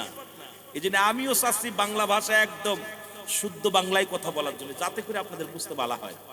আমার বাবারা, 9 জন চাচার মধ্যে 2 জন ইমানদার, বাকি 7 জনই কয় ও আমাদের বেটা মোহাম্মদ, ও আমাদের আব্দুল্লাহর বেটা মোহাম্মদ, ও নবী হইল কেমনে? ও নবী মানা যাবে না, মানতে পারে নাই। আবার নবীর ফুফু ছিল 6 জন, এদের মধ্যে 4 জনই কয় আব্দুল্লাহর বেটা মোহাম্মদ, ওর বাপ নাই, ও নবী হয় কেমনে? অথবা আব্দুল্লাহ ইবনে ওহাবের গোষ্ঠী যারা, নজরের গোষ্ঠী যারা, জীবন ওই গোষ্ঠী যারা জীবনও নবী মানবে না। জোরে বলেন ঠিক কিনা? এদেরকে আপনি যতই কুরামিন দেন আর যতই বুঝান, সুতরাং ইমানের মাপকাঠি কঠিন। এই ইমানটা দাড়ি টুপি থাকলেই নবীরে মানবে, জুব্বা থাকলেই নবীরে মানবে, বড় পাগড়িওয়ালা হলেই নবীরে মানবে না। এই যে আশেকে রাসূল যারা নবীর কথা শুনলেই কলিজা ঠান্ডা হয়ে যায়, তাদের অন্তর কুশব্দ হয়ে যায়, এদের আওয়াজ বেড়ে যায়, এদের শক্তি বেড়ে যায়। জোরে বলেন ঠিক কিনা? আরো জোরে বলেন ঠিক কিনা? মহেশখালীর আমি প্রথমে আসার পর দেখছি রাসূলের কথা শোনা পরে দেখছি আপনাদের স্পিরিট বাড়ছে। কারণ এইরকম আবার এই জামানার মধ্যে আছে আশপাশে অসংখ্য তারা নবী মানতে রাজি না, মানতে রাজি। আমদার মতো মানুষ, এই আমগার মতো মানুষ ওই মোল্লারে জিগাইবেন, নবী কয় হায়াতি খায়রুল লাকুম, আমার হায়াতের জিন্দেগিটা আমার উম্মতের জন্য কল্যাণ স্বরূপ গো। ওই মৌলবীর জিগাইবে না তো মারিবা সাল্লাম বলে রব্বানা যালামনা আনফুসানা ইল্লাম তাগফির লানা ওয়া তারহামনা লানাকুনান্না মিনাল খাসিরিন। আদম কয় রব্বানা যালামনা, আল্লাহ আমি জালিমদের অন্তর্ভুক্ত হয়ে গেছি। এখন আদম নবীরে যদি কোনো ব্যক্তি জালিম বলে তার ঈমান থাকবে না, তার বউ অটো তালাক হয়ে যাবে। এখন আদম তো নিজেই বলছে আমি জালিম হয়ে গেছি। আর নবী কয় হায়াতি খায়রুল লাকুম, আমার হায়াতের জিন্দেগিটা আমার উম্মতের জন্য কল্যাণ স্বরূপ। ওয়াফাতি খায়রুল লাকুম, আমার ওফাতটা আমার উম্মতের জন্য কল্যাণ স্বরূপ। ওয়া মামায়াতি খায়রুল লাকুম, উম্মতিরা রে এই দুনিয়া থেকে আমি নবী বিদায় হয়ে গেলাম, এটা আমার উম্মতের জন্য কল্যাণ স্বরূপ। এখন আমার দেশের মৌলবীরা কয় নবী মরে গেছে, ও কপাল পুরাণ। নবী কয় ওয়াফাতি খায়রুল লাকুম ওয়া মামায়াতি খায়রুল লাকুম, নবী কয় উম্মতিরা রে আমি নবী দুনিয়া থেকে বিদায় নিলাম আমার উম্মতের কল্যাণের জন্য গো। এই দুনিয়া থেকে বিদায় নিয়ে ঘুমায় আসি আমি নবী। আমার কোন উম্মত যদি ভালো কর্ম করে আমি নবী প্রশংসা করি আল্লাহর দরবারে। আবার যদি কোন উম্মত গুনাহের কাজ করে আমি নবী আল্লাহর দরবারে ইস্তেগফার করি, মাফ চাই। এমন নবীর উম্মত হইলাম। ভুল করে সন্তান মাফ চায় বাবায়। আপনাদের গ্রামে আছেন অনেক বাবা সন্তান অন্যায় করে, রাতের গভীরে যায় বাবাই কয় ভাই আমার ভাই ছেলেটা বুঝতে পারে নাই, মাফ করে দাও। অনেক মা অন্যায় করে, গ্রামের ছেলে মাফ চাই চেয়ারম্যান মেম্বার যাইয়া। আরে এমন নবীর উম্মত হইলাম, ভুল করি আমি ক্ষমা চাই আমার নবী। সেই নবীর বিরোধিতা যারা করে এদের মতো মুনাফিক, এদের মতো দুশমন, এদের মতো বেয়াদব এই পৃথিবীর মধ্যে আর কেউ নাই। জোরে জোরে চিল্লায় বলেন ঠিক কিনা? অন্যায় করে ফুলা মাফ চায় বাবা, অন্যায় করে গ্রামের ছেলে মাফ চাই চেয়ারম্যান মেম্বার যায়। অন্যায় করি আমি নবী চাই মাফ। এই নবীর পক্ষে থাকার দরকার আছে কিনা? আরো যারা বলে না আছে কিনা? এরই আমার মনের জল্পনা কল্পনা নবী যাব আমি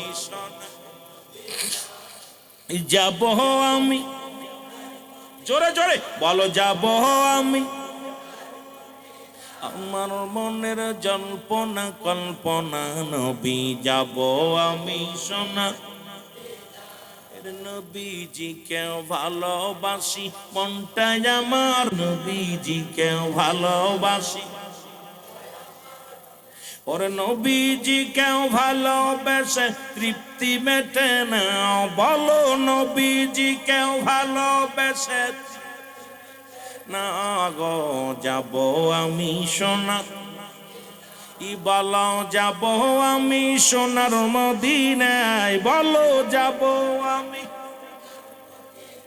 আমার মনের জল্পনা কল্পনা নবী যাব আমি সোনা। এই নবীর প্রেমে এত জাদু ডাকিলে মনে হয় মধু, নবীর প্রেমে এত জাদু ডাকিলে মনে হয় মধু। এই মধু কোথাও মেলে না, বলো এই মধু না গো। যাব আমি সোনা বলো, যাব আমি সোনার মদিনায়, বলো যাব আমি। আমার মনের জল্পনা কল্পনা নবী যাব আমি সোনা। এই দুনিয়ার মুসলমান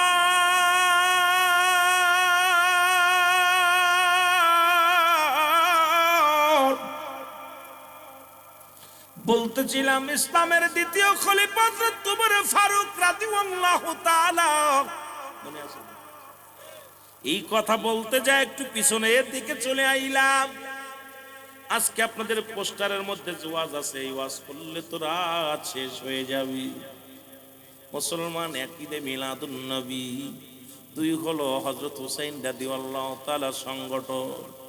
এই দুইটা বিষয় নিয়ে যদি আলোচনা করি রে, রাত শেষ হয়ে যাবে। আমার মতো গুনাহগারের আলোচনা শেষ হবে না। সুন্দর নামগুলো দিয়েছেন, এলাকার কত কবরবাসী কবরে ঘুমায় আছেন। হযরত ওমরের জামানায় একজন রাখাল, খুব খেয়াল করবেন বাবা, একজন রাখাল প্রতিদিন মাঠে মেষে চড়ায়। আর এমন বুজুর্গ মানুষ আল্লাহ জিকির করে, খুব বুজুর্গ মানুষ, মনে বড় স্বপ্ন জীবনে। মুসলমান দুইটা প্রতিজ্ঞা করেছে, দুইটা চাইছে আল্লাহর কাছে জীবনে নামাজ পড়িয়া। দুইটা দাবি করে, একটা নাম্বার রব্বে কারীম, এরে আমি রাখালের দুইটা স্বপ্ন তুমি পুরা করবা গো।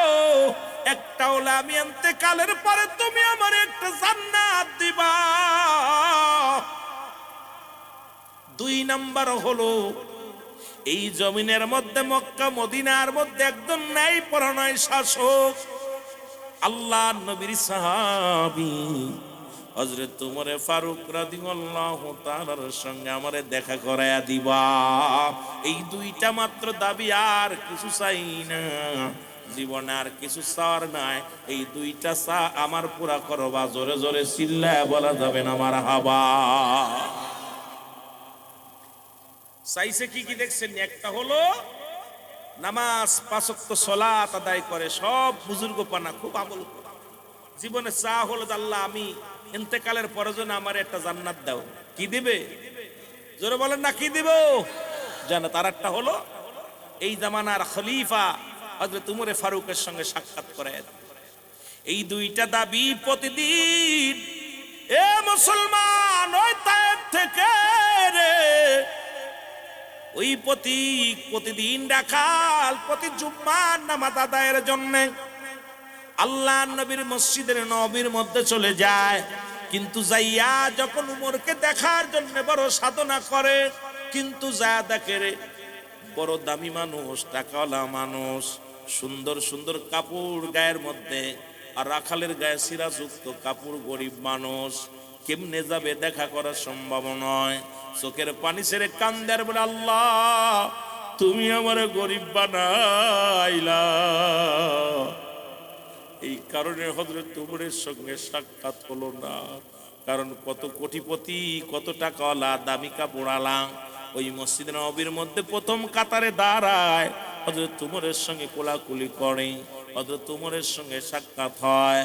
আমি গরিব মানুষ হওয়ার কারণে হযরত ওমরের সঙ্গে আমার সাক্ষাৎ হলো না।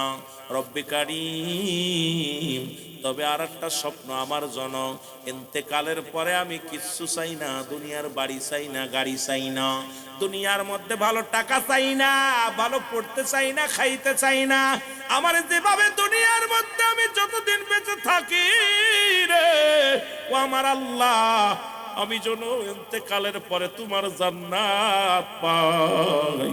তুমি তো মুমিনদের জন্য প্রস্তুতি করে রাখছো।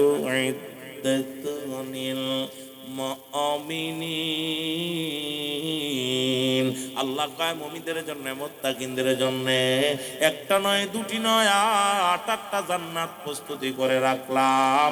জোরে জোরে চিল্লায় বলা যাবে না মারহাবা। আমার কথা না, আল্লাহর কথা। প্রস্তুতি করে রাখছে মুমিনদের জন্য কয়টা জান্নাত? কিটা কিটা যাবেন? এত দেরি লাগে? যাবেন না? হাত উঠান না।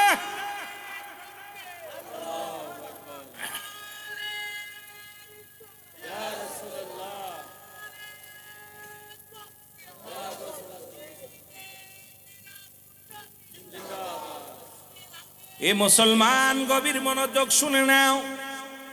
হযরত ওমর ফারুক ছদ্মবেশে প্রতিনিয়ত বাইর হতো গো। 22টা তালিযুক্ত কাপড়ের মধ্যে একজন দেখবো সে মুসলমান। আমার দেশের এমপি সাহেবের যে অবস্থা, মন্ত্রীদের যে অবস্থা, চেয়ারম্যান মেম্বারের যে অবস্থা, একটা দুটো নয় 22টা তালি লাগাইছে কাপড়ের মধ্যে, লাগায়া ছদ্মবেশে রওনা দিচ্ছে। যাক মুসলমান মরুভূমি প্রান্তরে দিয়া যায়, যাইতে যাইতে পিপাসায় কাতর হয়ে গেলেন, কলিজাটা শুকায় গেছে। দেখে একজন রাখাল বকরি চড়ায়, রাখালের কাছে যাইয়া ডাক দে কয়, রাখাল, ও রাখাল, রাখাল রে। রাখাল সামনে আসছে, রাখালকে দেয় সালাম, দা আসসালামু আলাইকুম। আমার মন বলে আপনি মুসলমান। রাখাল বলে আলাইকুম আসসালাম, আমি মুসলমান। বলো রাখাল, আমি প্রতীক, আমি একজন রাজ দরবারে যিনি প্রধানমন্ত্রী, খুব খেয়াল করবেন বাবা, যিনি তৎকালীন জামানার শাসক, যিনি খলিফা, তিনি একজন ভেষ ধরে 22 তালি কাপড় গাইতে ভিতরে বাইর হইল। আমার বাবারা অনেক গরিব মানুষ, কষ্ট পার কিছু নাই, কারণ আল্লাহ নিজেই কলকাসিম হাবিবুল্লাহ, দিন মজুরি মেহনতকারী আল্লাহর বন্ধু। সুতরাং যারা কষ্ট করেন, মাঠের মধ্যে শ্রম দেন, যারা গায়ের ঘাম যারা রৌদ্রের মধ্যে থাকেন, অটো চালান, যারা মিশুক চালান, এই পাগলদেরকে আল্লাহ বন্ধু হিসেবে ডাক দিছে। জোরে জোরে চিল্লায় বলা যাবে না মারহাবা। আপনাদের ওয়াজ করছে আল্লাহ, গরিব মানুষের ওয়াজ করছে আল্লাহ, যারা কাজ করে খায়, যারা কর্মচারী, দিন মজুরি মেহনত করে, এদের কথা আল্লাহ কইছে কোরআনে। সুবহানাল্লাহ বলেন না। আমার বন্ধুগণ, গভীর মনোযোগ শুনে নাও। হযরত উমর ফারুক রাদিয়াল্লাহু তাআলা যাইয়া এইবার প্রতীককে সালাম দিয়া বলে, প্রতীক আমাকে একটু দুধ দাও, পিপাসায় বড় ক্লান্ত হয়ে গেছি, পিপাসায় আর চলতে পারি না, আমি হাঁটতেও পারি না, এখনো ক্ষুধা লাগছে, অনেক দূর থেকে জার্নি করে আসলাম। দুই হলো মরুপ্রান্তরের রৌদ্র, যারা মক্কা মদিনায় গেছেন, যারা হজ করতে গেছেন, উমরায় গেছেন, ওই মরুপ্রান্তরে কি যে উত্তপ্ত রৌদ্র, ওই বালুর চর মরুভূমির মধ্যে কত কষ্ট। হযরত উমর ফারুক রাদিয়াল্লাহু তাআলা ডাক দিয়ে কয়, প্রতীক আমাকে একটু দুধ দাও, এক পেয়ালা দুধ আমারে দাও, আমি পান করি, খেয়ে বাঁচবো। প্রতীক ডাক দেওয়ার সঙ্গে সঙ্গে রাখাল কয়, ও প্রতীক, আমি একটু দুধ আমি দিতে পারবো না, আমি বকরি চড়াই, কিন্তু বকরির মালিক আমি না। জোরে জোরে চিল্লায় বলা যাবে না মারহাবা। বকরির চড়াইতেছি আমি, ঠিক আছে, কিন্তু বকরির মালিক আমি না। হযরত উমর ফারুক ডাক দেখো, প্রতীক আমি পিপাসায় কাতর হয়ে গেছি, একটু দুধ দাও। ডাক দে বলে, রাখাল ডাক দেখো, প্রতীক শোনো, তুমি আমার কাছে দুধ চাও, এই বকরির মালিক আমি না, বকরির মালিকের হুকুম ছাড়া আমি একটা ছোটা দুধ আমি তোমাকে দিতে পারবো না। মালিক কি দেখছে? তুমি কি জানো না তুমি কার রাজ্যে বাস করো? এই রাজ্যটার মালিক কার রাজ্যে বাস করো? কয় কার? এই রাজ্যের খলিফা হযরত উমর ফারুক রাদিয়াল্লাহু তাআলা। উনার গোয়েন্দার মানুষ যদি জানতে পারে আমি দুধ তোমাকে দিছি চুরি করে, আমার গর্দান রাখবে না। ওই উমরের মুসলমান গুপ্তচর আছে, এরা যদি টের পেয়ে যায় আমাকে মেরে ফেলবে। আর দুই হলো, আমি আমার মালিকের হুকুম ছাড়া এক ফোঁটা দুধ আমি তোমারে দিতে পারবো না। জোরে জোরে চিল্লায় বলা যাবে না মারহাবা। এরে হযরত উমর ফারুক রাদিয়াল্লাহু তাআলা ডাকতে বলে, প্রতীক তোমার বকরির মালিকও দেখছে না, তোমার লোকও দেখছে না, তুমি একটু দাও গো। কয় তুমি তো একটা চোর। ডাকতে বলে, প্রতীক তুমি একটা চোর, তুমি কেমনে ভাবলে আমি তোমাকে দুধ চুরি করে দিব? যেহেতু এটা সম্ভব নয়, তুমি দূর হয়ে যাও, আমার সামনে থেকে দূর হয়ে যে এটা করা সম্ভব নয়। হযরত উমর ফারুক হাত ধরে টানতে নিয়ে গেলেন। কয় প্রতিক্রিয়ায় এবার মুসলমান 12টা দিনার দিলেন, হাতের মধ্যে বা 40টা দিনার স্বর্ণের দিনার দিয়া কও, প্রতীক এই নেও স্বর্ণের দিনার গুলো নেও, আমাকে এক গ্লাস এক পেয়ালা দুধ দাও, আমি খায়া বাসি। তোমার মালিকও দেখছে না, উমরের লোকজনও দেখছে না, তোমারে কেউ তোমারও মালিক হয়ে গেলে আমারও বেঁচে গেলাম, আমিও দুধ পান করে শান্তি পেলাম। সঙ্গে সঙ্গে রাখাল চিৎকার মেরে কয়, তুমি মুনাফিক। ডাকতে কয়, প্রতীক তুমি একটা মুনাফিক, কারণ তুমি কি জানো না? আরে উমর না দেখলো, উমরের গুপ্তচর না দেখলো, মালিক না দেখলো আমার আল্লাহ দেখে গো। আইরে ইমানদার, আমার আল্লাহ রাব্বুল আলামিন দেখো প্রতীক, তুমি যে একটা মুনাফিক, তুমি একটা চোর। বলেন দেশের প্রেসিডেন্টে যদি চোর বলে, দেশের প্রেসিডেন্টে যদি মুনাফিক বলে, আমাদের চেয়ারম্যান মেম্বার একটু যদি মুখে মুখে তর্ক করা হয়, গুলি খেয়ে মরতে হয়। আর কিন্তু আল্লাহর প্রিয় পাগল মুসলমান মুসলিম মিল্লাতের খলিফা হযরত ওমর ফারুককে মুনাফিক বললেন, গালি দিলেন, মুসলমান চোর বললেন। খলিফা হযরত ওমর ফারুক দাঁড়ায় রইলেন, জোরে জোরে চিল্লায় বলা যাবে না মারহাবা। কি আশ্চর্য! খলিফা হযরত ওমর ফারুক রাগ হচ্ছে কিন্তু চেক দিছে।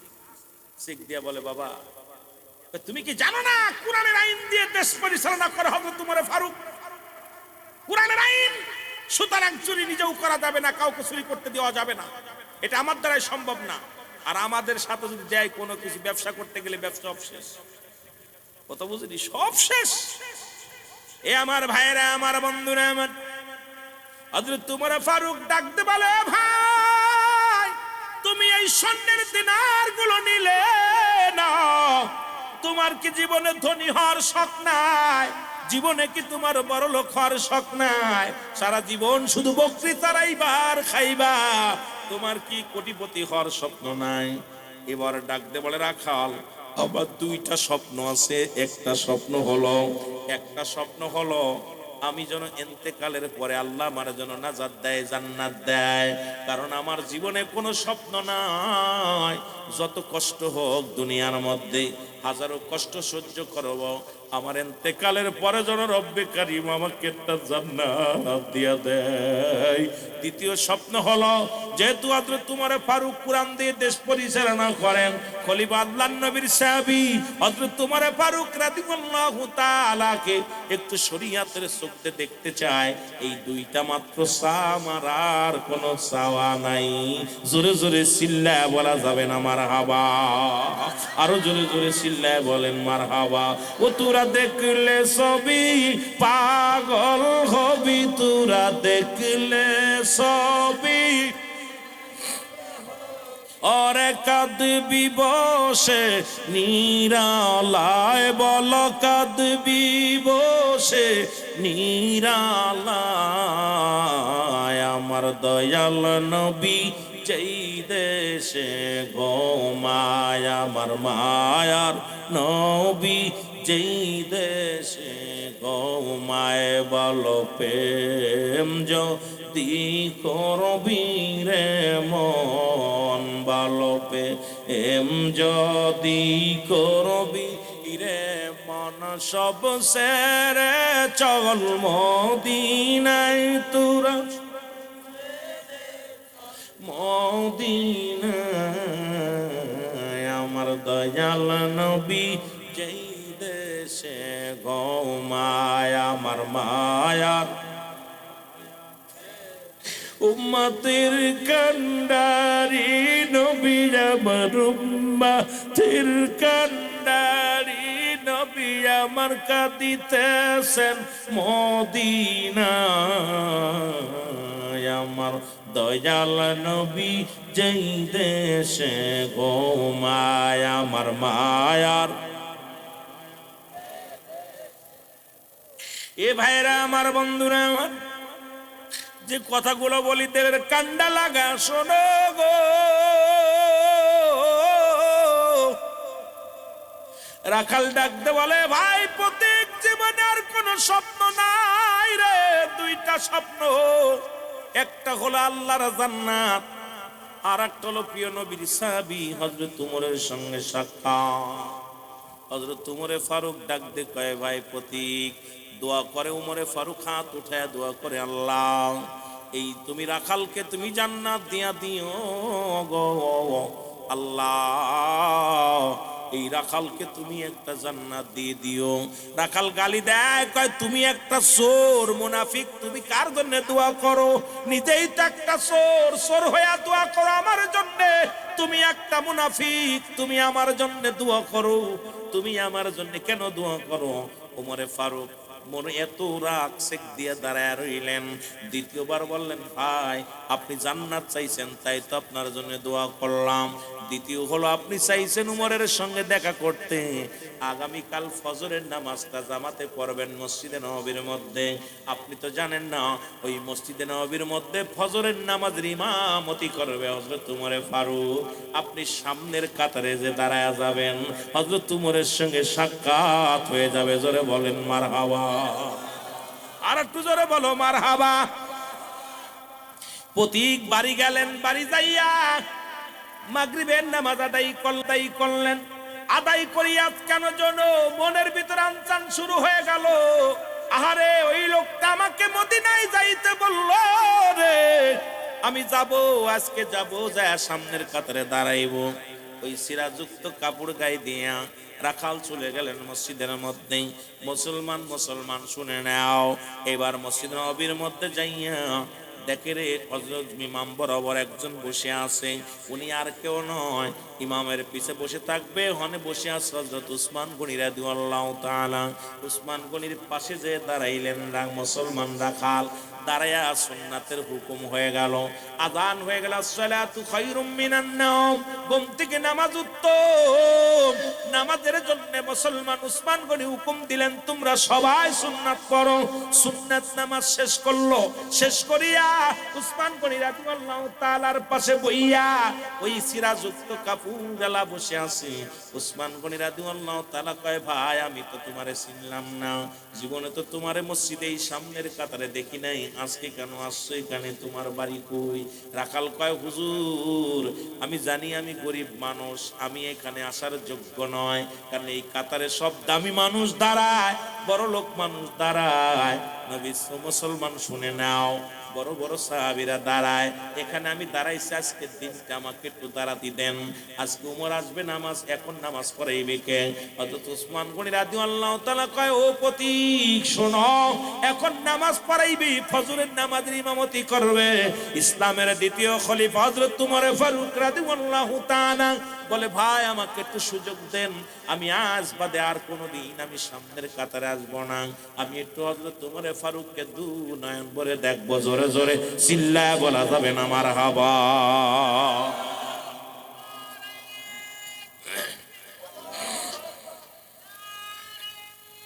আমার ভাইরা গভীর মনোযোগ।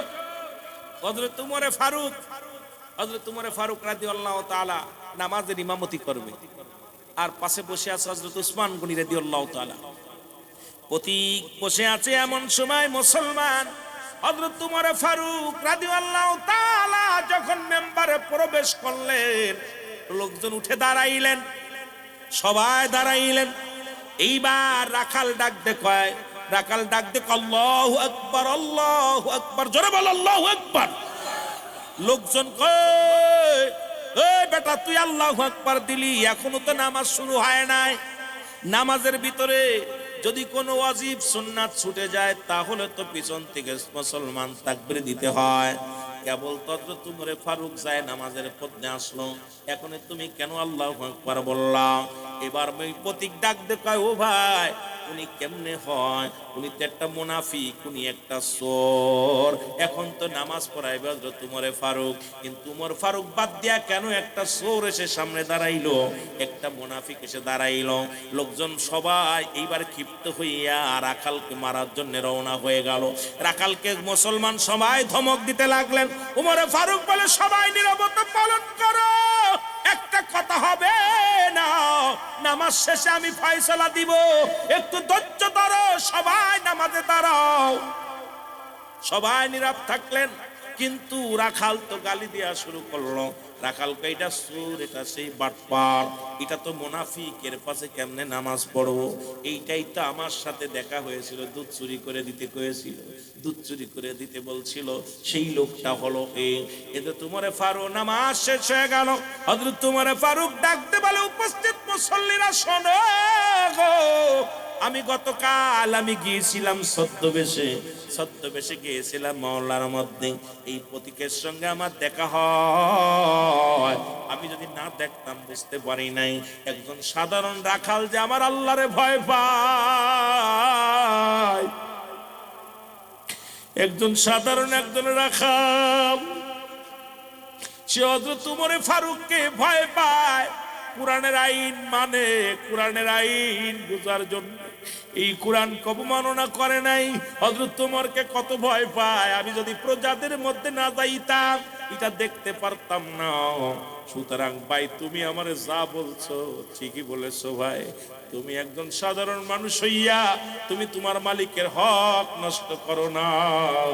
তুমি একজন প্রতিনিধি, তোমাকে আমি স্যালুট জানাই। বুকের সঙ্গে টান দিলেন, টান দিয়ে নেওয়ার পর লোকটার সঙ্গে সঙ্গে বেহুশ হয়ে পড়ে গেলেন। এবার উঠা পর হযরত উমর তাকে সান্ত্বনা দিলেন।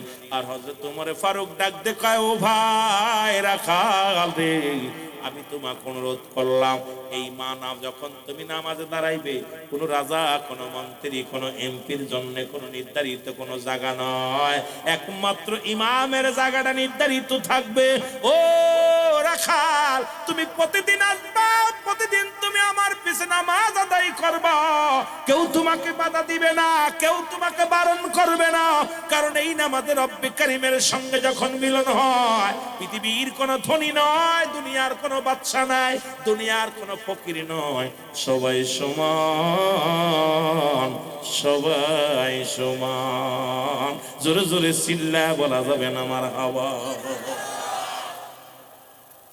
আল্লাহর কাছে চাইলে আল্লাহ দেয় কি দেয় না?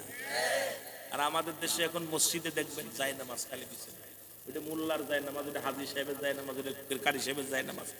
একমাত্র মসজিদে যায় নামাজ বিছানো থাকবে ইমাম সাহেবের। ইমাম দাঁড়াবে, পিছনে মুয়াজ্জিম সাহেব, বাকিগুলো যে যখন যাবে সেখানে সে দাঁড়াবে। অনেক মসজিদে দেখেছি 3-4টা যায় নামাজ বিছায় রাখছে, পিছন থেকে লোকজন সামনে আসে না। ওইটা হাজী সাহেবের, হাজী সাহেব পেছনে আসে না, উনিও যায় নামাজ ফাঁকায় থাকে, ফাঁকায় থাকে। এলো আমাদের অবস্থা। নামাজেও ধনী গরিব, ধনী গরিব বাতাবাসি করা হচ্ছে। জোরে বলেন ঠিক কিনা? লা কখনো ইল্লা ব্যতীত, হুজুর মানে হাজির নাজির, কল মানে আত্মা, সালাত মানে নামাজ। ও যুবক, লা কখনো ইল্লা ব্যতীত, আল্লাহ ব্যতীত, লা কখনো ইল্লা ব্যতীত, সালাত মানে নামাজ, হুজুর মানে হাজির নাজির, কল মানে আত্মা, সালাত মানে নামাজ। এমন নামাজের মধ্যে দুনিয়ার জল্পনা কল্পনা এমন ভাবে বলছি, এমন ভাবে দুনিয়া আমাদের ধরে ফেলছে। দুনিয়া, এই দুনিয়ার জিন্দেগিটা রাসূল এই জন্য বলছে বাল হুয়া কিলাব, এই দুনিয়াটা হলো পচা দুর্গন্ধ মরি। মানুষের চরিত্র হলো কুকুরের চরিত্র। কুকুর যেমন মরি পাইলে খুশি হয়, ও মুসলমান শুনে নেন, আপনাদের এই কোথায়, বেশি দূরে নয়, কোথায় রে মুসলমান, ফেনীর জমিনে মুসলমান মা এবং সৎ মায়ের সঙ্গে বাবার সন্তানের অবৈধ মুসলমান মিলন, এটাও মুসলমান দুনিয়ার মধ্যে কোথায়, যেটা দেখি নাই। ও মুসলমান, যেটা দেখতেছি বাংলাদেশের অবস্থা যে ভয়ঙ্কর, কোথায় রে মুসলমান? শোনো গো, ওই হাবিল কাবিল হত্যা ঘটিয়েছিল মুসলমান, শোনো। আবার বর্তমান বাই হইয়া বাইরে কোন করলো ফরিদপুর। আজকে যেখানে যায় তাকিয়ে দেখি আজকে হট্টগোল মারামারি, আজকে ভাই ভাই ভাই বিরোধ, আজকে সংসারের ভিতরে বিরোধ, আজকে সমাজের মধ্যে বিরোধ। এই বিরোধ নিয়ে হযরত হুসাইন রাদিয়াল্লাহু তাআলা শাহাদাতের পেয়ালা পান করেছিল। এই হুসাইন রাদিয়াল্লাহু তাআলা সংগঠনের বাবা, যেহেতু নামের উপরে সংগঠন, একটু কথা আমি বলে যাই রে, কারণ যদি না বলি হক নষ্ট হয়ে যাবে। এই নামটার জন্য একটু কথা আমার বলা লাগবে। ও মুসলমান শুনে নাও, মীর মোশাররফ লিখলেন হাইরত, মীর মোশাররফ হোসেন এই মুসলমান বিষাদ সিন্ধুরে লিখে গেলেন, আজ অর্থনাথের মূল, আজ অর্থের কারণে ভাই ভাইয়ের বিরোধ, ভাইয়ের সঙ্গে বাবার বিরোধ, বাবার সঙ্গে সন্তানের বিরোধ, আজকে সমাজ নষ্ট, জাতি নষ্ট। ও রব্বুল আলামিন আমাদেরকে বোঝার তৌফিক দান করো। জোরে জোরে চিল্লায় বলো মারহাবা। আর জোরে জোরে চিল্লায় বলো আল্লাহু আকবার। মুহাব্বতের সঙ্গে দুরূদ শরীফ পড়েন আল্লাহুম্মা।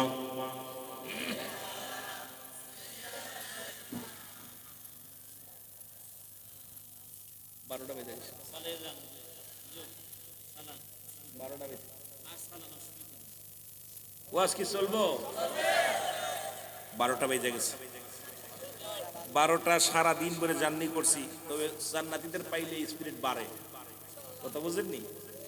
তারপরে 12টা বেজে গেছে।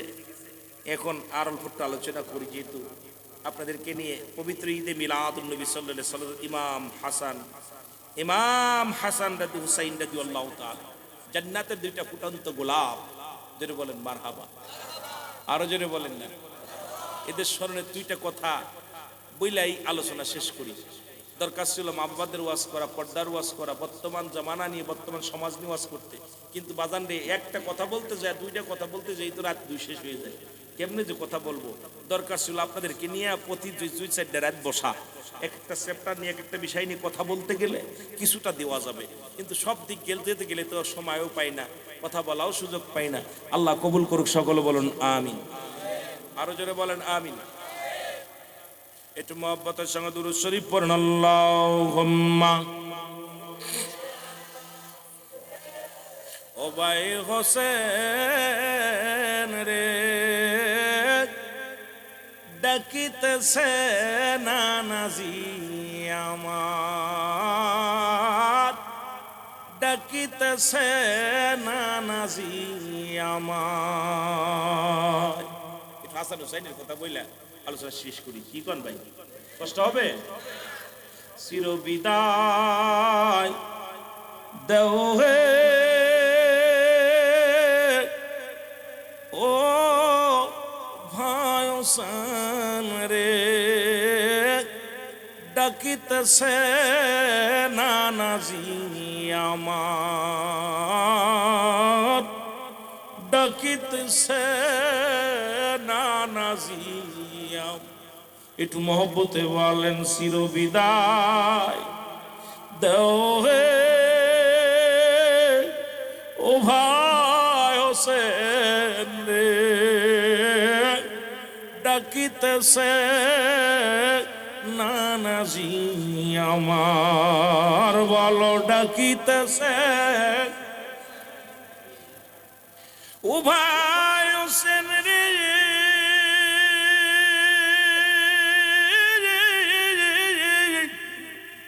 পড়িলাম কালমা মুখে,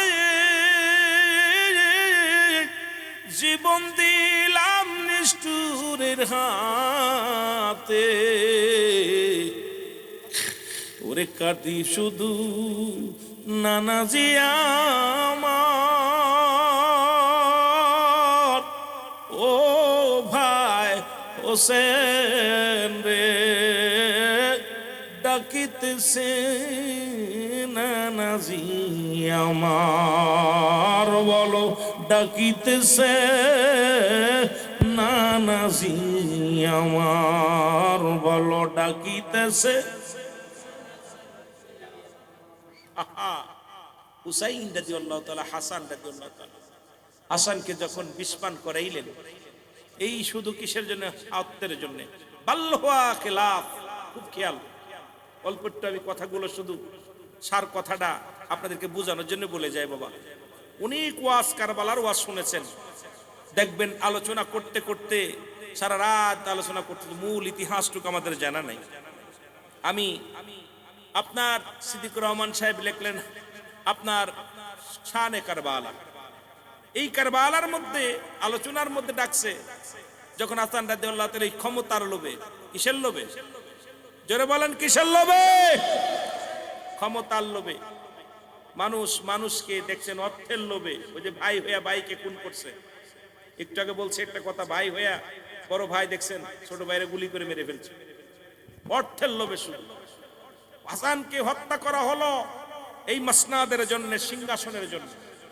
তখন হাসান রাদিয়াল্লাহু তাআলার পাশে যখন হুসাইন রাদিয়াল্লাহু তাআলা আসলেন, তখন চিৎকার মেরে বলতেছিল, ভাই হোসেন আমাকে হত্যা করেছে শুধু সম্পদের লোভে, তোমাকেও দুনিয়া থেকে বিদায় করে দিবে, সাবধান। আর জিজ্ঞেস তোকে কে হত্যা করছে বলো। আমি বলবো না, কারণ আমার পরে তোমার বিপদ আসতেছে। সেই বিপদটা আসতে পারে আজকে হাসান হুসাইন সংগঠন।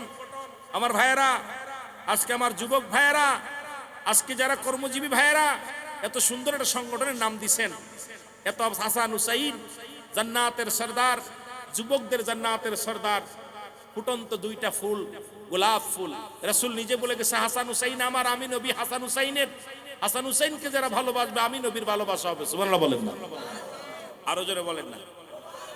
সে হাসান হুসাইনকে ভালোবাসি আমরা, আমরা তাদেরকে ভালোবাসি, নবীর আহলে বায়াতদেরকে ভালোবাসি না, এই পাক পাঞ্জাতনকেও ভালোবাসি না। আমরা এগুলো আমরা ভালোবাসি না, খুব কষ্ট লাগে ভাই, খুব গভীর আমার বাজান রে, গভীর মনোযোগ। আমি সংগঠনকে পায় অনেক ধন্য, যেই সংগঠনের মানুষগুলো হাসান হুসাইনকে ভালোবাসেন, আহলেদের বায়েদেরকে ভালোবাসেন। যখন হত্যা করা হলো, হাসান হুসাইন রাদিয়াল্লাহু তাআলা কি করলেন? চলে গেলেন মুসলমান, গভীর মনোযোগ। এই রকম মক্কা মদিনার মনোয়ারে কালেমার দাওয়াত দিয়া এত কষ্টকর ছিল। রাসূল নিজেও তো মক্কা থেকে মদিনায় হিজরত করলেন। রাসূলুল্লাহ মক্কার কাফেরদের যন্ত্রণায়, মক্কার নিষ্ঠুর কাফেরেরা সদা সর্বদাই নির্যাতন করতেন, কষ্ট দিতেন আমার নবীরে। নবীজিকেও ডাকতে বলেন, আমার আল্লাহ জিবরিল যাও আমার হাবিবকে মক্কা থেকে মদিনায় চলে যেতে বলো। আর এই মক্কার মানুষেরা পূর্বকাল থেকেই, ও মুসলমান, শুরু থেকেই ইসলামের পর আঘাত তারা আনা শুরু করেছে। উতবা, সাইবা, আবু জেহেল, আবু সুফিয়ান, এই আবু লাহাবের বংশধর যারা কোশ্চিন কালেও ইসলামটাকে মানতে পারে নাই, নবীকে মানতে পারে নাই। আমার নবীর আহলে বায়েতদের উপরে জুলুম চালিয়েছে, কষ্ট দিছে, এখনো তারা দায়েরে মুসলমান। ওই ইসরায়েলের বংশধর যারা এখনো মুসলমানদের কষ্ট দেয়, তারা জোরে বলেন ঠিক কি না? আমার ভাইরা, আমার বন্ধুরা, আমার আল্লাহর নবীর দৈহিক নাতি ও যুবক, একজন হত্যা হওয়ার পর আর একজন যখন চলে গেলেন, কোথায়? কুফা নগরে চলে গেলেন। অনেক লম্বা ইতিহাস, যদি আবার কোনোদিন সময় হয় বিস্তারিত আলোচনা করব। ছোট্ট একটু আলোচনাটুক শুধু করে যায় রে মুসলমান। এই 1 তারিখে যায় তাবু গাড়লেন, 2 তারিখ গেল, 3 তারিখ গেল, 4 তারিখ গেল মুসলমান, 7 তারিখে তাবুর পানিগুলো শেষ, তাবুর মধ্যে কোনো পানি নাই। এই পানির সন্ধানে মুসলমান হুসাইন রাদিয়াল্লাহু তাআলার বিবি, এ মুসলমান শুনে নাও, শুনে নাও, ভিতর থেকে আসিয়া